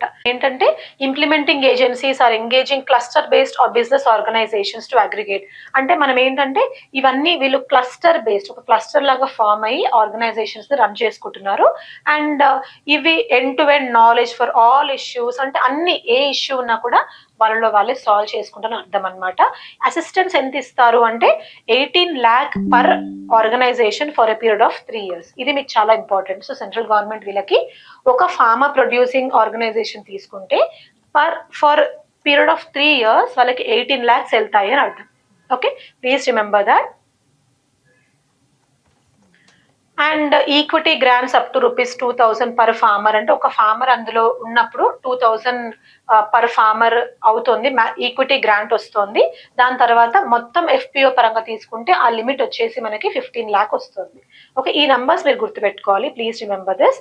అండ్ దీనివల్ల ఏంటంటే ఒక ఆర్గనైజేషన్ లాగా ఫామ్ అయినప్పుడు వాళ్ళకి selling of farmer produce easy అవుతుంది. నెక్స్ట్ సప్లై చైన్ షార్ట్ అవుతుంది. బికాస్ ఒక ఆర్గనైజేషన్ లాగా వాళ్ళు ఫామ్ అయ్యారు కాబట్టి ఇండివిజువల్ రెస్పాన్సిబిలిటీ తగ్గుతుంది అలా. So please remember this. Next మనకి నమో డ్రోన్ దీది. ఇది చాలా మంచి స్కీమ్. ఇది కూడా సెంట్రల్ సెక్టర్ స్కీమ్ అనమాట. నమో డ్రోన్ దీది అంటే ఏంటంటే దీది అంటే ఫీమేల్ కదా. సో ఎవరైతే ఉమెన్ అగ్రికల్చరల్ ఫార్మర్స్ లేబరర్స్ ఉన్నారో వాళ్ళ కోసం డ్రోన్ ద్వారా మనము అగ్రికల్చర్ ఫర్టిలైజర్స్ ని అప్లై చేయడం కానీ పెస్టిసైడ్స్ కి అప్లై చేయడం కానీ వాళ్ళకి ఏంటంటే డ్రోన్స్ అన్నమాట. కొన్ని ఉమెన్ సెల్ఫ్ హెల్ప్ గ్రూప్స్ కి డ్రోన్స్ రెంట్ బేసిస్ లో గవర్నమెంట్ ప్రొవైడ్ చేస్తుంది. ఆ డ్రోన్స్ ని యూజ్ చేస్తూ వాళ్ళు ఎక్కువ కష్టపడకుండా పెస్టిసైడ్స్ ని ఇన్సెక్టిసైడ్స్ ని స్ప్రే చేసుకోవచ్చు. సో ప్లీజ్ రిమెంబర్ డ్రోన్ దీది. ఇది విమెన్ సెల్ఫ్ హెల్ప్ గ్రూప్. అది కూడా సెలెక్టెడ్ వాళ్ళకే ఇస్తారు. అలా 14,500 selected women self help groups కి ఈ డ్రోన్స్ ఇస్తున్నారు అనమాట. Next national food security machine. So ఇది సెంట్రలీ స్పాన్సర్డ్ స్కీమ్. మనకు తెలిసిందే ఫుడ్ డిస్ట్రిబ్యూషన్, పీడిఎస్ ఇదంతా స్టేట్ గవర్నమెంట్ కూడా ఎంతో రోల్ ప్లే చేస్తుంది కాబట్టి so centrally sponsored scheme. Food security అంటే మనం ఏం చూసినా కూడా మనకి రైస్, వీట్, పల్సెస్ ఇవి మనకు బేసిక్ కదా ఫుడ్ లో. వీటి సెక్యూరిటీ కోసం అంటే అవన్నీ మనకు ఉండాలి, వాటి ప్రొడక్షన్ ఎన్హాన్స్ చేయాలి, ప్రతి ఇళ్లలోకి ఇవి వెళ్ళాలి అనే ఉద్దేశంతో we have come up with this umbrella mission called as national food security mission అన్నమాట. Next we have national mission on edible oil, palm oil. ఇదనమాట. ఈ స్కీమ్ ఏంటంటే మనం యూజువలీ ఎక్కువ పామ్ ఆయిల్ ని ఇంపోర్ట్ చేసుకుంటున్నాం. సో అది మనకి ఇంపోర్ట్ బిల్ ని కూడా పెంచుతూ ఉంటుంది. దాన్ని తగ్గించి మనం ఆత్మ నిర్భర్ భారత్ అంటే మన కంట్రీలోనే మనమే ఎడిబుల్ ఆయిల్ ని ప్రొడ్యూస్ చేసుకునే విధంగా ఈ స్కీమ్ వచ్చిందనమాట. సో ఇది మనకి పామ్ ఆయిల్ ఇంపోర్ట్స్ తగ్గించేసి డొమెస్టిక్ ప్రొడక్షన్ అని పెంచుతుంది. అండ్ మన పామ్ ఆయిల్ కల్టివేషన్ ఏరియా కూడా మనకి పెంచేలాగా గవర్నమెంట్ మనకి సబ్సిడీ ఇస్తుంది, ఫార్మర్స్ ని ఎంకరేజ్ చేస్తుంది అనమాట. So please remember this is about oil seeds and all. Next ఏంటంటే ఇండియా ఛాంపియన్స్ శ్రీ అన్న global millet movement. Very very important. ఎందుకంటే మనం 2023 ఇయర్లో మనకి యుఎన్ జనరల్ అసెంబ్లీ ఇండియాకి అది ఇంటర్నేషనల్ ఇయర్ ఆఫ్ మిల్లెట్స్ అని డిక్లేర్ చేసింది. So this becomes important. Shri Anna అంటే మిల్లెట్స్ ని శ్రీ అన్న అంటామన్నమాట. సో ఈ పరంగా మనం మిల్లెట్స్ గురించి ప్రతి ఒక్క పాయింట్ ఇంపార్టెంట్. ఎలా అంటే మనకు మిల్లెట్స్ కి మనం ప్రొడక్షన్ లింక్డ్ ఇన్సెంటివ్ స్కీమ్ ఇస్తున్నాము అంటే ప్రొడక్షన్ ఇంక్రీజ్ అవుతున్న కొద్దీ we will give some incentives. So farmers కైనా కూడా ఇండస్ట్రియలిస్ట్ కైనా కూడా వాటిని ఎక్కువ ప్రొడ్యూస్ చేయాలి అనే ఉంటుంది. So that they will get some incentives. So that is production linked incentive scheme. దాని తర్వాత we have Indian Institute of Millets Research in Hyderabad. ఇది కూడా మీకు అడిగే ఛాన్స్ ఉందన్నమాట TSPSCలో స్పెషల్లీ. సో మనకి దీన్ని IIMR హైదరాబాద్ ని global centre of excellence for sharing best practices and technologies related to millets అని డెసిగ్నేట్ చేశారు. So it becomes very very important. And మనం మిల్లెట్స్ ని మనం రీసెంట్ గా కండక్ట్ చేసిన G20 మీటింగ్ లో ప్రమోట్ చేశాము. మిల్లెట్ క్యులినరీ కార్నివల్ లో, ఇంటర్నేషనల్ ట్రేడ్ ఈవెంట్స్ లో, షెఫ్స్ కాన్ఫరెన్స్ లో, ఎగ్జిబిషన్స్ లో, కిసాన్ మేళాస్ లో, ఇలా ఏవి తీసుకున్నా, ఎలాంటి ఫెస్టివల్స్ తీసుకున్నా, even at festivals at Indonesia మనం ఈ మిల్లెట్స్ ని ప్రమోట్ చేశాము. సో ఇదంతా వీటిని బట్టి చూస్తే ఏం అర్థమవుతుంది అంటే we have to give a lot of importance to millets production అని అర్థమవుతుంది. Okay, next global millets conference కూడా మనం March 23లో అయ్యింది. ఎక్కడైంది అంటే పూసా క్యాంపస్, న్యూఢిల్లీ. ఇది కూడా చాలా ఇంపార్టెంట్. మనకి గ్లోబల్ మిల్లెట్స్ కాన్ఫరెన్స్ కూడా మనం కండక్ట్ చేసాం అవేర్నెస్ పెంచడానికి అందరికి. నెక్స్ట్ మనకి బాజ్రాకి సపరేట్ గా ఒక న్యూ రీజనల్ రీసెర్చ్ సెంటర్ వచ్చింది. అది ఎక్కడ అంటే రాజస్థాన్ లో వచ్చింది, అది గుర్తుపెట్టుకోండి. నెక్స్ట్ మనం మిల్లెట్స్ పబ్లిక్ అవేర్నెస్ గ్లోబల్ గా అవేర్నెస్ పెంచడానికి లేకపోతే కొలాబరేషన్ పెంచడానికి millets and other ancient grains international research initiative కూడా స్టార్ట్ చేసాం. Maharishi, please remember. మీకు ఎగ్జామ్ లో జస్ట్ మహారిషి దేనికి సంబంధించిందని అడుగుతారు. సో మహారిషి మిల్లెట్స్, ఒక రిషి మిల్లెట్స్ తిని మహారిషిలాగా అయ్యాడని గుర్తుపెట్టుకోండి. సో మహారిషి అలా గుర్తుంటుంది. G20 ప్రెసిడెన్సీలో మనం అది అడాప్ట్ చేసుకున్నాము. Please remember Maharishi is for millets. Next మనం పోషణ్ అభియాన్ లో మిల్లెట్స్ ఉండాలి. దాని తర్వాత మనకి TPDS లో మిల్లెట్స్ ఉండాలి. ICDS మిడ్ డే మీల్ లో కూడా మనం మిల్లెట్స్ ని ఇంక్లూడ్ చేస్తున్నాం అనమాట. Eat right campaign, food safety standards authority of India కూడా మనకి ప్రమోట్ చేసింది. సో ఈట్ రైట్, మనం ఏం తిన్నా కరెక్ట్ గా తినాలి, that is eat right campaign. అందులో మనకి ఎంత గ్రామ్స్ ఆఫ్ సిరియల్స్ మన బాడీలోకి వెళ్ళాలి, ఎంత పల్సెస్ వెళ్ళాలి, ఎంత ప్రోటీన్స్ కార్బోహైడ్రేట్స్ వెళ్ళాలి, ఫ్యాట్స్ తగ్గించాలి. All this is part of millets include చేయాలి. All this is part of eat right campaign అన్నమాట. ఓకే, నెక్స్ట్ మనకి శ్రీ అన్న స్నాక్స్ కూడా ఎంత ఎంత ఇంపార్టెంట్. ఇది కావాలంటే మీరు ఇది చేయొచ్చు. When you go to your houses you ask your mothers, అంటే మీ మదర్స్ ని లేదా మీ వైఫ్స్ ని మీరు కొంచెం మిల్లెట్స్ కి సంబంధించిన స్నాక్స్ అయినా ప్రిపేర్ చేసి మీరు ఇక్కడ హాస్టల్స్ లో అంటే మీకు పంపించమని చెప్పండి. అవి నిజంగా చాలా హెల్ప్ అవుతాయి. సో అవి తినండి. మరీ ఎక్కువ కూడా తినొద్దు. ఏదైనా సరే అత్యాశకు పోవద్దు. It's always detrimental. ఓకే, అది ఎప్పటికైనా మనకి చాలా బ్యాడ్ ఇంపాక్ట్ క్రియేట్ చేస్తుంది. సో అత్యాశకు పోకుండా అట్లీస్ట్ రోజులో కొంచెం మిల్లెట్స్ మీ ఫుడ్ లో ఉండేలాగా చూసుకోండి. నెక్స్ట్ న్యూట్రీ సిరియల్స్ అని కూడా మిల్లెట్స్ నే అంటాం. శ్రీ అన్న మిల్లెట్సే, న్యూట్రీ సిరియల్స్ కూడా మిల్లెట్సే అంటాం అనమాట. సో ఇప్పుడు నేను మీకు కొన్ని టిప్స్ చెప్తాను to remember this. Usually sorghum, okay, sorghum అంటే జోవార్ కదా. ఎలా అంటే మనకి వార్ అవుతోంది, వార్ దగ్గర గమ్ అంటే సాడ్ గా ఉండడం. సో సోర్గమ్ అన్నప్పుడు జోవార్ అన్నమాట. అంటే ఇది మ్యాచ్ ద ఫాలోయింగ్ లో అడుగుతారు. లైక్ మీరు ఎగ్జామ్ హాల్లో మీరు యూజువల్లీ మర్చిపోతారు. ఇప్పుడు సోర్గమ్ అంటే జోవారా లేకపోతే బాజ్రానా, ఇలా మీరు కన్ఫ్యూజ్ అవుతారు. కాబట్టి నేను ఇది మీకు క్లియర్ చేస్తున్నాను. సో సోర్గమ్, వార్ అయ్యేటప్పుడు గమ్ గా ఉంటారు, బాధ వేస్తుంది కాబట్టి sorghum is jowar. Next pearl millet తీసుకుంటే పర్ల్ మిల్లెట్ బాజ్రా, అంటే మీకు బాజీరావ్ మస్తానీ మూవీ తెలుసుంటే Bajirao is an like his hero కదా మనకి రణ్వీర్ సింగ్. బాజీరావ్ ఒక పర్ల్ సెట్ వేసుకున్నాడని గుర్తుపెట్టుకోండి. He's a ruler. So Bajirao ఒక పర్ల్ సెట్ వేసుకున్నాడు పేష్వా కింగ్డమ్ కి, హీజ్ అ పేష్వా కింగ్ అనమాట. అలా బాజీరావ్ పర్ల్ సెట్ వేసుకున్నాడు కాబట్టి పర్ల్ మిల్లెట్ బాజ్రా అని గుర్తుపెట్టుకోవచ్చు. నెక్స్ట్ ఫింగర్ మిల్లెట్ అంటే ragi or mandua. So remember you are having a finger ring, ragi, ఒక రాగితో చేసిన ఫింగర్ రింగ్ ని మీరు పెట్టుకున్నారని గుర్తుపెట్టుకోండి. సో దట్ ఈస్ రాగి అంటే finger millet. Next minor millets ఉన్నాయి మనకి. ఇవన్నీ మనకి మేజర్ మిల్లెట్స్ కానీ న్యూట్రిసిరిల్స్ కానీ అంటాము. మైనర్ మిల్లెట్స్ వచ్చేసి foxtail millet. So fox kangni అంటే ఫాక్స్ కంగారుగా పరిగెడుతోంది అని గుర్తుపెట్టుకోవచ్చు. లేకపోతే కాకు అంటే కాకు ఇస్ లైక్ ఎలా అంటే మీరు ఇప్పుడు కాకి అని గుర్తుపెట్టుకున్నా, ఇట్స్ లైక్ ఒక క్రో, ఒక బర్డ్ గుర్తొస్తుంది. అలా fox is an animal. So you can relate fox and bird అలా కూడా గుర్తుపెట్టుకోవచ్చు. So fox kangni or kakun. Proso millet ఎలా అంటే ప్రోసో చీనా. యూజువల్లీ ఏంటంటే ఒక ప్రాస అంటాం కదా, ప్రాస అంటే ఒక లీనియర్ వేలో వెళ్ళడం, ఒక ప్రాపర్ గా మ్యాచ్ అవ్వడం. సో ప్రోసో అని కూడా ఇలా గుర్తుపెట్టుకోవచ్చు. అండ్ చీనా ఎలా అంటే చీమలు యూజువల్లీ ఒక లైన్ లో వెళ్తాయి కదా, ఎక్కడున్నా కూడా they'll follow that particular order or ప్రాస ఆర్ ప్రోసో అలా గుర్తుపెట్టుకోవచ్చు. So proso millet is for cheena. Kodo మిల్లెటే. బాన్యాడ్ సవా, ఇంకా ఇన్ని చూసిన తర్వాత మనకి ఎలిమినేట్ చేయడానికి ఈజీ ఉంటుంది. బాన్యాడ్ వచ్చేసి సవా కానీ సన్వా కానీ జంగోరా కానీ అంటారు. లిటిల్ మిల్లెట్ కుట్టికి, మనకి యూజువల్లీ చిన్నపిల్లల నేమ్స్ ఉంటాయి కదా, చుట్టికి కుట్టికి అని చెప్పి. సో అలా మీరు లిటిల్ మిల్లెట్ ని కుట్టికి అని గుర్తుపెట్టుకోవచ్చు. నెక్స్ట్ 2 సూడో మిల్లెట్స్ అనమాట. సూడో మిల్లెట్స్ అంటే ఏంటంటే అవి మిల్లెట్స్ లాగే, అంటే మిల్లెట్స్ లాగా ఉండవు. ఫర్ ఎగ్జాంపుల్ ఇప్పుడు బక్ వీట్ చూసుకున్నా, అమరాంతస్ చూసుకున్నా, ఈ నేమ్స్ ని చూస్తే మీరు మిల్లెట్స్ అనుకోరు. సూడో మిల్లెట్స్ అంటే ఫాల్స్ మిల్లెట్స్ లాగా, they have some quantity of what millets have in them. అలా మనకు బక్ వీట్ అంటే కుట్టు బక్ వీట్ లాగా గుర్తుపెట్టుకోవచ్చు. సో హీట్ కొడుతోంది అన్నట్టు గుర్తుపెట్టుకుంటే వీట్ లాగా, వీట్ లో ఉన్న వీట్ కొడుతోంది అని గుర్తుపెట్టుకోండి. సో వీట్ కుట్టు. అమరాంతస్ చౌలాయ్. సో ఈ రెండు మీరు ఎట్లా అంటే కొంచెం లైక్ బాన్యార్డ్ మిల్లెట్ ఇంకా అమరాంతస్, ఈ రెండు మీరు కొంచెం గుర్తుపెట్టుకుంటే, or if you can come up with something to remember, అది మీకు గుర్తుండిపోతుంది అనమాట.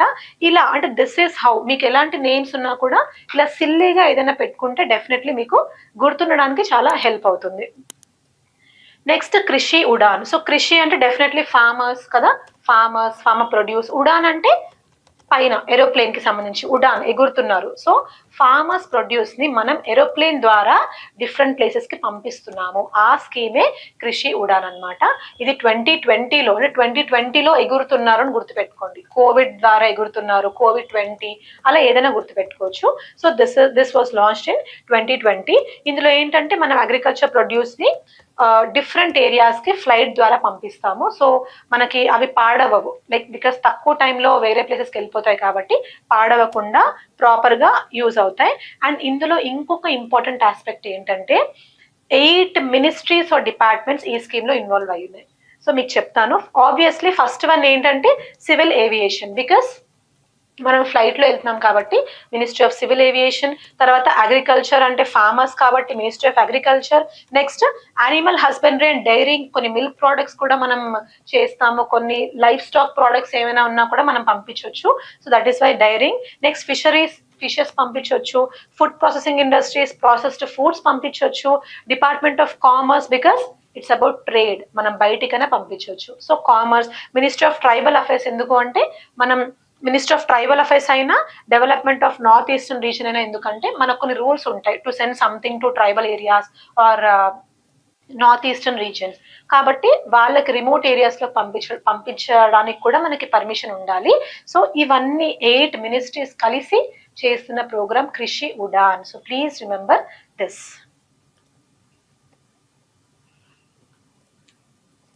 సో నెక్స్ట్ ఏంటంటే ఈవెన్ మనం ట్రైబల్ కమ్యూనిటీస్ వాళ్ళు ప్రొడ్యూస్ చేసేవి కూడా కొన్ని పెరిషబుల్ ఉంటాయి కదా, అవి తొందరగా మనం వేరే ఏరియాస్ లోకి ట్రాన్స్పోర్ట్ చేసి యూజ్ చేసుకోవచ్చు అనమాట.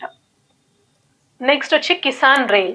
ఎలా అయితే మనం కృషి ఉడాన్ని ఫ్లైట్స్ ద్వారా చూసామో, Kisan rail is another beautiful thing. అందులో ఏంటంటే మనం ట్రైన్స్ లో అంటే వీక్లీ ఒక ట్రైన్ లాగా ఉంటుంది.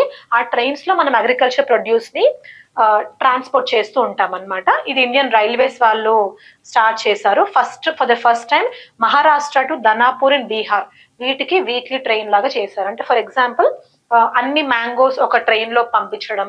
అండ్ ఈ ట్రైన్ లో కూడా ఎలాంటి ఫెసిలిటీస్ ఉంటాయంటే కూలింగ్ ఫెసిలిటీ ఉంటాయి, రెఫ్రిజరేషన్ ఫెసిలిటీ ఉంటుంది. అవి పాడవ వీక్ అంతా ట్రావెల్ చేసినా కూడా పాడవకుండా ఉంటాయి అన్నమాట. So that is about this Kisan rails. So special parcel trains అంటారు దీన్ని, కిసాన్ ట్రైన్స్ అన్నమాట. అయితే మనకి ఏంటంటే ఇంతకుముందు సింగిల్ కామోడిటీ ట్రైన్స్, అంటే నేను ఇందాక చెప్పినట్టు మ్యాంగో ట్రైన్స్, బనానా ట్రైన్స్ అలా ఉండేవి. బట్ తర్వాత మనకి డిఫరెంట్ కోచెస్ లో కూడా మనం ఫ్రూట్స్ ఒక కోచ్ లో, వెజిటేబుల్స్ ఒక కోచ్ లో అలా ట్రాన్స్పోర్ట్ చేయడం స్టార్ట్ చేసాం. So this is about Kisan rails అన్నమాట. అయితే 50 to 100 kgs కూడా మనం బుక్ చేసుకోవచ్చు. అంటే అంత అమౌంట్ ఆఫ్ ఫ్రూట్స్ కానీ వెజిటేబుల్స్ కానీ పంపించడానికి మనం చూసుకోవచ్చు.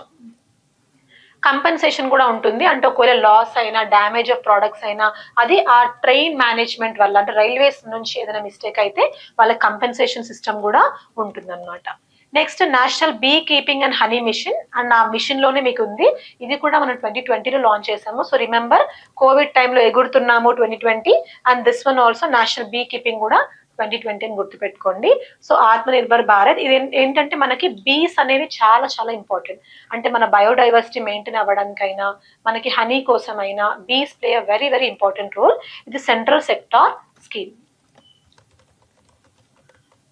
సో హనీ టెస్టింగ్ ల్యాబ్స్ మనకు ఉన్నాయి, మినీ హనీ టెస్టింగ్ ల్యాబ్స్ ఉన్నాయి, బీ కీపింగ్ మిషన్స్ ఉన్నాయి. ఇవన్నీ మనకి very important.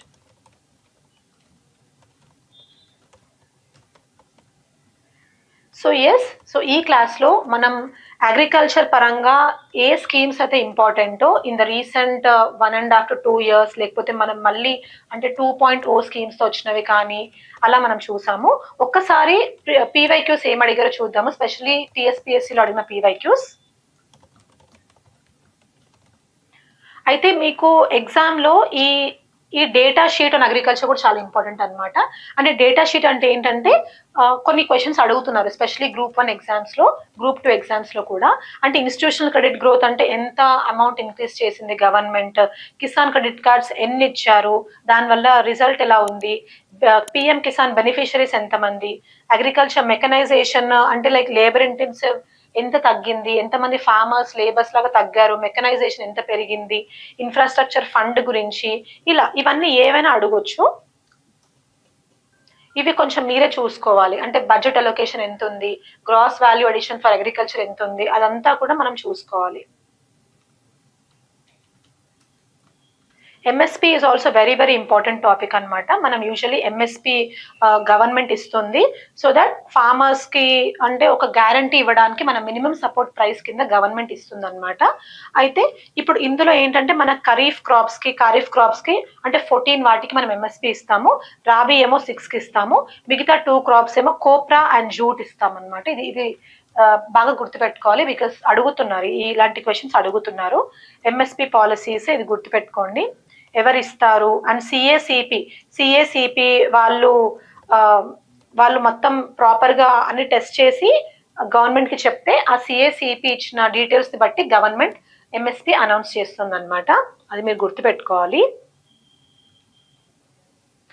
Previous year questions లో చూస్తే కూడా to increase availability and reduce cost of fertilisers, central government one nation one fertiliser under Bharat brand name, మనం ఇందాక చూసాము భారత్ బ్రాండ్ గురించి. నెక్స్ట్ సాయిల్ హెల్త్ కార్డ్ గురించి కూడా చూసాము. నేను ఇందాక చెప్పినట్టు నంబర్స్ అడుగుతాడు. అయితే స్టూడెంట్స్ యూజువల్లీ ఎలాంటి మిస్టేక్ చేస్తారంటే ఎగ్జామ్ లో నంబర్స్ అడుగుతున్నారు కాబట్టి మేము అన్ని నంబర్స్ గుర్తుపెట్టుకుంటాం అనుకుంటారు. అలాంటి మిస్టేక్ అస్సలు చేయొద్దు. ఇలాంటి క్వశ్చన్స్ జస్ట్ 1 or 2 ఉంటాయి. అంటే స్పెసిఫిక్ నెంబర్స్ అడిగే క్వశ్చన్స్ 1, 2 ఆర్ మాక్సిమం 3 ఉంటాయి. సో మీరు అవి ఈదర్ ఎలిమినేట్ చేయగలిగితే ఎలిమినేట్ చేయండి, లేకపోతే ఆ క్వశ్చన్స్ స్కిప్ చేయండి అని నేను చెప్తాను. ఇప్పుడు ఫర్ ఎగ్జాంపుల్ దీన్ని తీసుకుంటే ఈ క్వశ్చన్ లో first year scheme was introduced in the year 2014 2015 అనేది మనం ఆ స్కీమ్ ఇంట్రడ్యూస్ అయిన ఇయర్ ని బట్టి మనకు తెలిసిపోతుంది. So soil health card scheme మనకి 14-15లోనే ఇంట్రడ్యూస్ చేశారు. సో ఫస్ట్ది కరెక్టే, సెకండ్ది థర్డ్ది మనకు కన్ఫ్యూజన్ ని క్రియేట్ చేస్తాయి. 10.74 12.47 కొంచెం దగ్గరగా ఉన్న నంబర్స్ కాబట్టి కన్ఫ్యూజన్ క్రియేట్ చేస్తాయి. నెక్స్ట్ మోడల్ విలేజ్ ప్రోగ్రామ్ తీసుకుంటే under 3 crore cards have been issued అన్నారు. అంటే ఇక్కడ మోడల్ విలేజ్ ప్రోగ్రామ్ అంటే that is to test the programme అనుకుంటే 3 crore కార్డ్స్ ఎందుకు ఇస్తారు, ఒక విలేజ్ లో 3 crore కార్డ్స్ ఇవ్వరు అనేది చిన్న కామన్ సెన్స్. అంటే it may not be in crore, it can be in lakhs. ఇలా ఒక చిన్న కామన్ సెన్స్ అప్లై చేస్తే యూ కెన్ ఎలిమినేట్ డి అన్నమాట. సో డి పోతుంది, ఏ ఎలాగైనా కరెక్ట్ అని మీకు తెలుసు. So 2 is the correct answer. ఇలా కూడా మీరు ఎలిమినేట్ చేస్తూ రాయొచ్చు. But I suggest the students not to remember the specifics for all the questions. అది highly impossible for any human being to remember the numbers. ఇలా అన్నమాట. నెక్స్ట్ నేను చెప్పినట్టు cabinet committee on economic affairs approves the increase in MSP. అంటే మనకు CACP ఇచ్చిన దాన్ని cabinet committee on economic affairs approve చేస్తుంది అండ్ గవర్నమెంట్ ఆఫ్ ఇండియా దాన్ని అనౌన్స్ చేస్తుంది అనమాట. So please remember this. Kharif crops అదంతా మనం షుగర్ కేన్ కి మాత్రం ఫేర్ అండ్ రెమ్యూనరేటివ్ ప్రైస్ అని చెప్తాం. So formulae for calculation of MSP కూడా చాలా ఇంపార్టెంట్. మీరు ఒకసారి ఇది చూసుకోవచ్చు. అంటే మనం ఎంఎస్పిని ఎలా క్యాల్కులేట్ చేస్తాం అనేది కూడా ఇట్స్ వెరీ వెరీ ఇంపార్టెంట్. ఈ పాయింట్ చాలా important. MSP should be at least 50% more than the weighted average cost of production. So cost of production ఎంతైతే ఉంటుందో దాంట్లో అట్లీస్ట్ 50% కంటే ఎక్కువ, 50% కంటే ఎక్కువ అయినా ఎంఎస్పి ఉండాలి అనేది రూల్ అనమాట. సో ఆ 50% అనేది గుర్తుపెట్టుకోవాలి. This is how you study 50%. ఆ స్పెసిఫిక్స్ అనేది ఈ నంబర్స్ ని గుర్తుపెట్టుకుంటే మీకు వస్తుంది అనమాట. So this is how you can remember. Yes, so ఈ రోజు అగ్రికల్చర్ రిలేటెడ్ స్కీమ్స్ మనం చూసాము. ఇవి బేసిక్ స్కీమ్స్ అన్నమాట. సో వీటిలోంచి మీకు క్వశ్చన్స్ చాలా ఫ్రేమ్ అయ్యే అవకాశం ఉంటుంది అండ్ ఈ స్కీమ్స్ ని మీరు ఆన్సర్స్ లో కూడా యూజ్ చేసుకోవచ్చు. అండ్ నెక్స్ట్ మనం వేరే స్కీమ్స్ పరంగా చూసుకుందాము, వేరే థీమ్ బేస్డ్ స్కీమ్స్ చూసుకుందాము. So till then all the very best. మీరు ప్రతి రోజుని సీరియస్ గా తీసుకొని ప్రిపేర్ అవ్వండి. బికాస్ మీరు ఏ ఎగ్జామ్ కి ప్రిపేర్ అవుతున్నా, గ్రూప్ 1 అయినా, గ్రూప్ 2 అయినా, గ్రూప్ 3, 4 ఏదైనా, యూపీఎస్సీ అయితే ఇంకా ఎక్కువ కష్టపడాలి. సో ప్రతి రోజు ఇంపార్టెంట్, ప్రతి 1 hour, every hour is important. So చాలా కాంపిటీషన్ ఉంది, హెవీ కాంపిటీషన్ ఉంది. ఆ కాంపిటీషన్ మీరు ఫైట్ చేయాలి అంటే చాలా జాగ్రత్తగా కాన్సన్ట్రేట్ చేసి చదువుకోవాలి. అలా చదువుకోండి, డెఫినెట్లీ సక్సెస్ మీద అవుతుంది. All the very best. Thank you.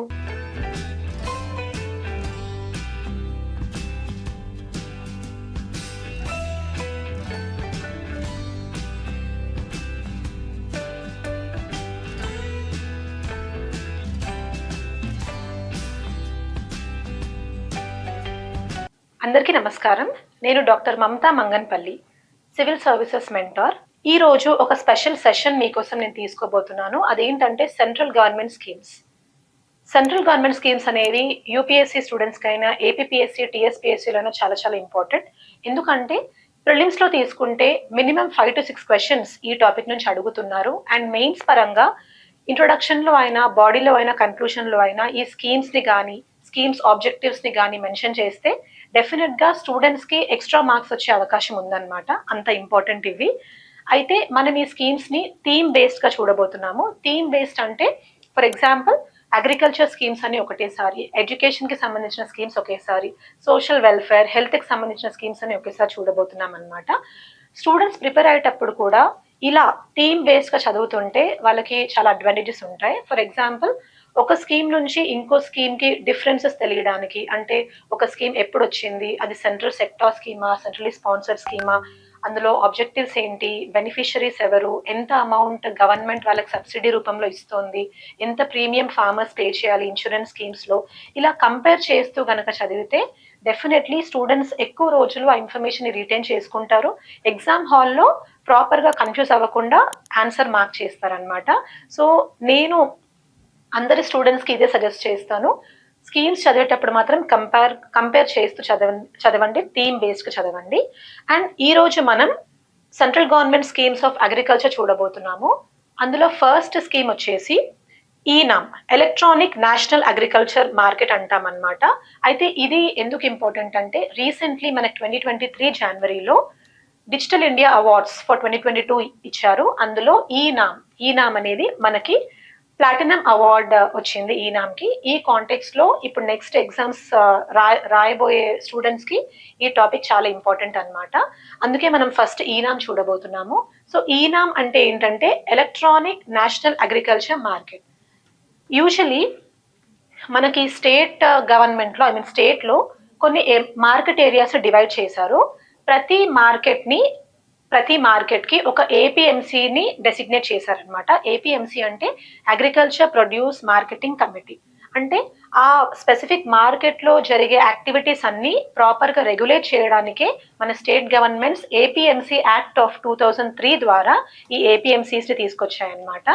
వీటి వల్ల ఫార్మర్స్ కి బెనిఫిట్స్ ఏంటంటే, ఇంతకు ముందు యూజువలీ మిడిల్ మెన్ ఉండేవాళ్ళు. అంటే ఫార్మర్స్ దగ్గర ఎక్కువ అమౌంట్ తీసుకొని వాళ్ళు బెనిఫిట్ పొందేలాగా వాళ్ళు మాత్రం తక్కువకి అమ్మేసి అలా ఫార్మర్స్ ని మోసం చేసేవాళ్ళు. ఇప్పుడు అలాంటి జరగకుండా మిడిల్ మెన్ ని ఎలిమినేట్ చేయడానికి ఈ ఫేర్ అండ్ ట్రాన్స్పరెంట్ ప్రాసెస్ లో మనకి ప్రైస్ డిస్కవరీ మెకానిజం అంటాము. అంటే ఫేర్ గా ఒక ప్రొడ్యూస్ ని ఫార్మర్ ప్రొడ్యూస్ చేసే, ఫర్ ఎగ్జాంపుల్ రైస్ వెరైటీ ఉంటే ఆ రైస్ కి ప్రైస్ ఎంత ఉంది, మొత్తం అన్ని మార్కెట్స్ లో అలా యూనిఫామ్ గా ప్రైస్ ఉండేలాగా చూసుకుంటారనమాట. అలా ఫార్మర్స్ కంపేర్ చేస్తూ ఎక్కడ వాళ్ళకి ఒక ₹1 అయిన బెనిఫిట్ వస్తుందో అక్కడ అమ్ముకుంటూ ఉంటారు. That is about APMC. And contract farming అంటే ఫార్మర్స్ డైరెక్ట్ గా కొన్ని అగ్రికల్చర్ బిజినెస్ ఫర్మ్స్ తో డైరెక్ట్ గా వాళ్ళే మాట్లాడుకొని వాళ్ళ కాంట్రాక్ట్ సైన్ చేసుకుంటూ ఉంటారనమాట. సో ప్రైస్ డిస్కవరీ ట్రాన్స్పరెంట్ గా ఉంటుంది, ఫేర్ ప్రైజెస్ ఉంటాయి, నెక్స్ట్ కాంట్రాక్ట్ ఫార్మింగ్ ఉంటుంది, బయింగ్ అండ్ సెల్లింగ్ అంతా డైరెక్ట్ గా ఫార్మర్స్ నుంచే అవుతుంది. So this is actually benefiting farmers a lot. అది ఏపీఎంసీ పరంగా చూసుకుంటే. అయితే మనకి ఏపీఎంసీస్ ని అన్నిటిని అంటే for different states we have different APMCs. ఇప్పుడు అన్ని ఏపీఎంసీస్ ని, అలాంటి మార్కెట్స్ ని, అలాంటి మండీస్ ని అన్నిటిని ఒక యూనిఫైడ్ ప్లాట్ఫామ్ మీదకి తీసుకురావాలనే ఉద్దేశంతో సెంట్రల్ గవర్నమెంట్ మనకి ఈ నామ్ అనే ప్రోగ్రామ్ ని లాంచ్ చేసింది 2016 లో. 14th April 2016 లో మనకి ఈ ప్రోగ్రామ్ లాంచ్ అయిందనమాట. So it's a pan India electronic trading portal. అంటే ట్రేడ్ చేసుకోవడానికి యూజువలీ ఫార్మర్స్ కి వాళ్ళ స్టేట్ లోనే కాకుండా అవుట్ సైడ్ దే స్టేట్స్ కూడా వాళ్ళు ట్రేడ్ చేసుకునే అవకాశాన్ని మనకి ఈనామ్ ద్వారా సెంట్రల్ గవర్నమెంట్ కల్పిస్తుంది అనమాట. సో ఇది చాలా చాలా ఇంపార్టెంట్.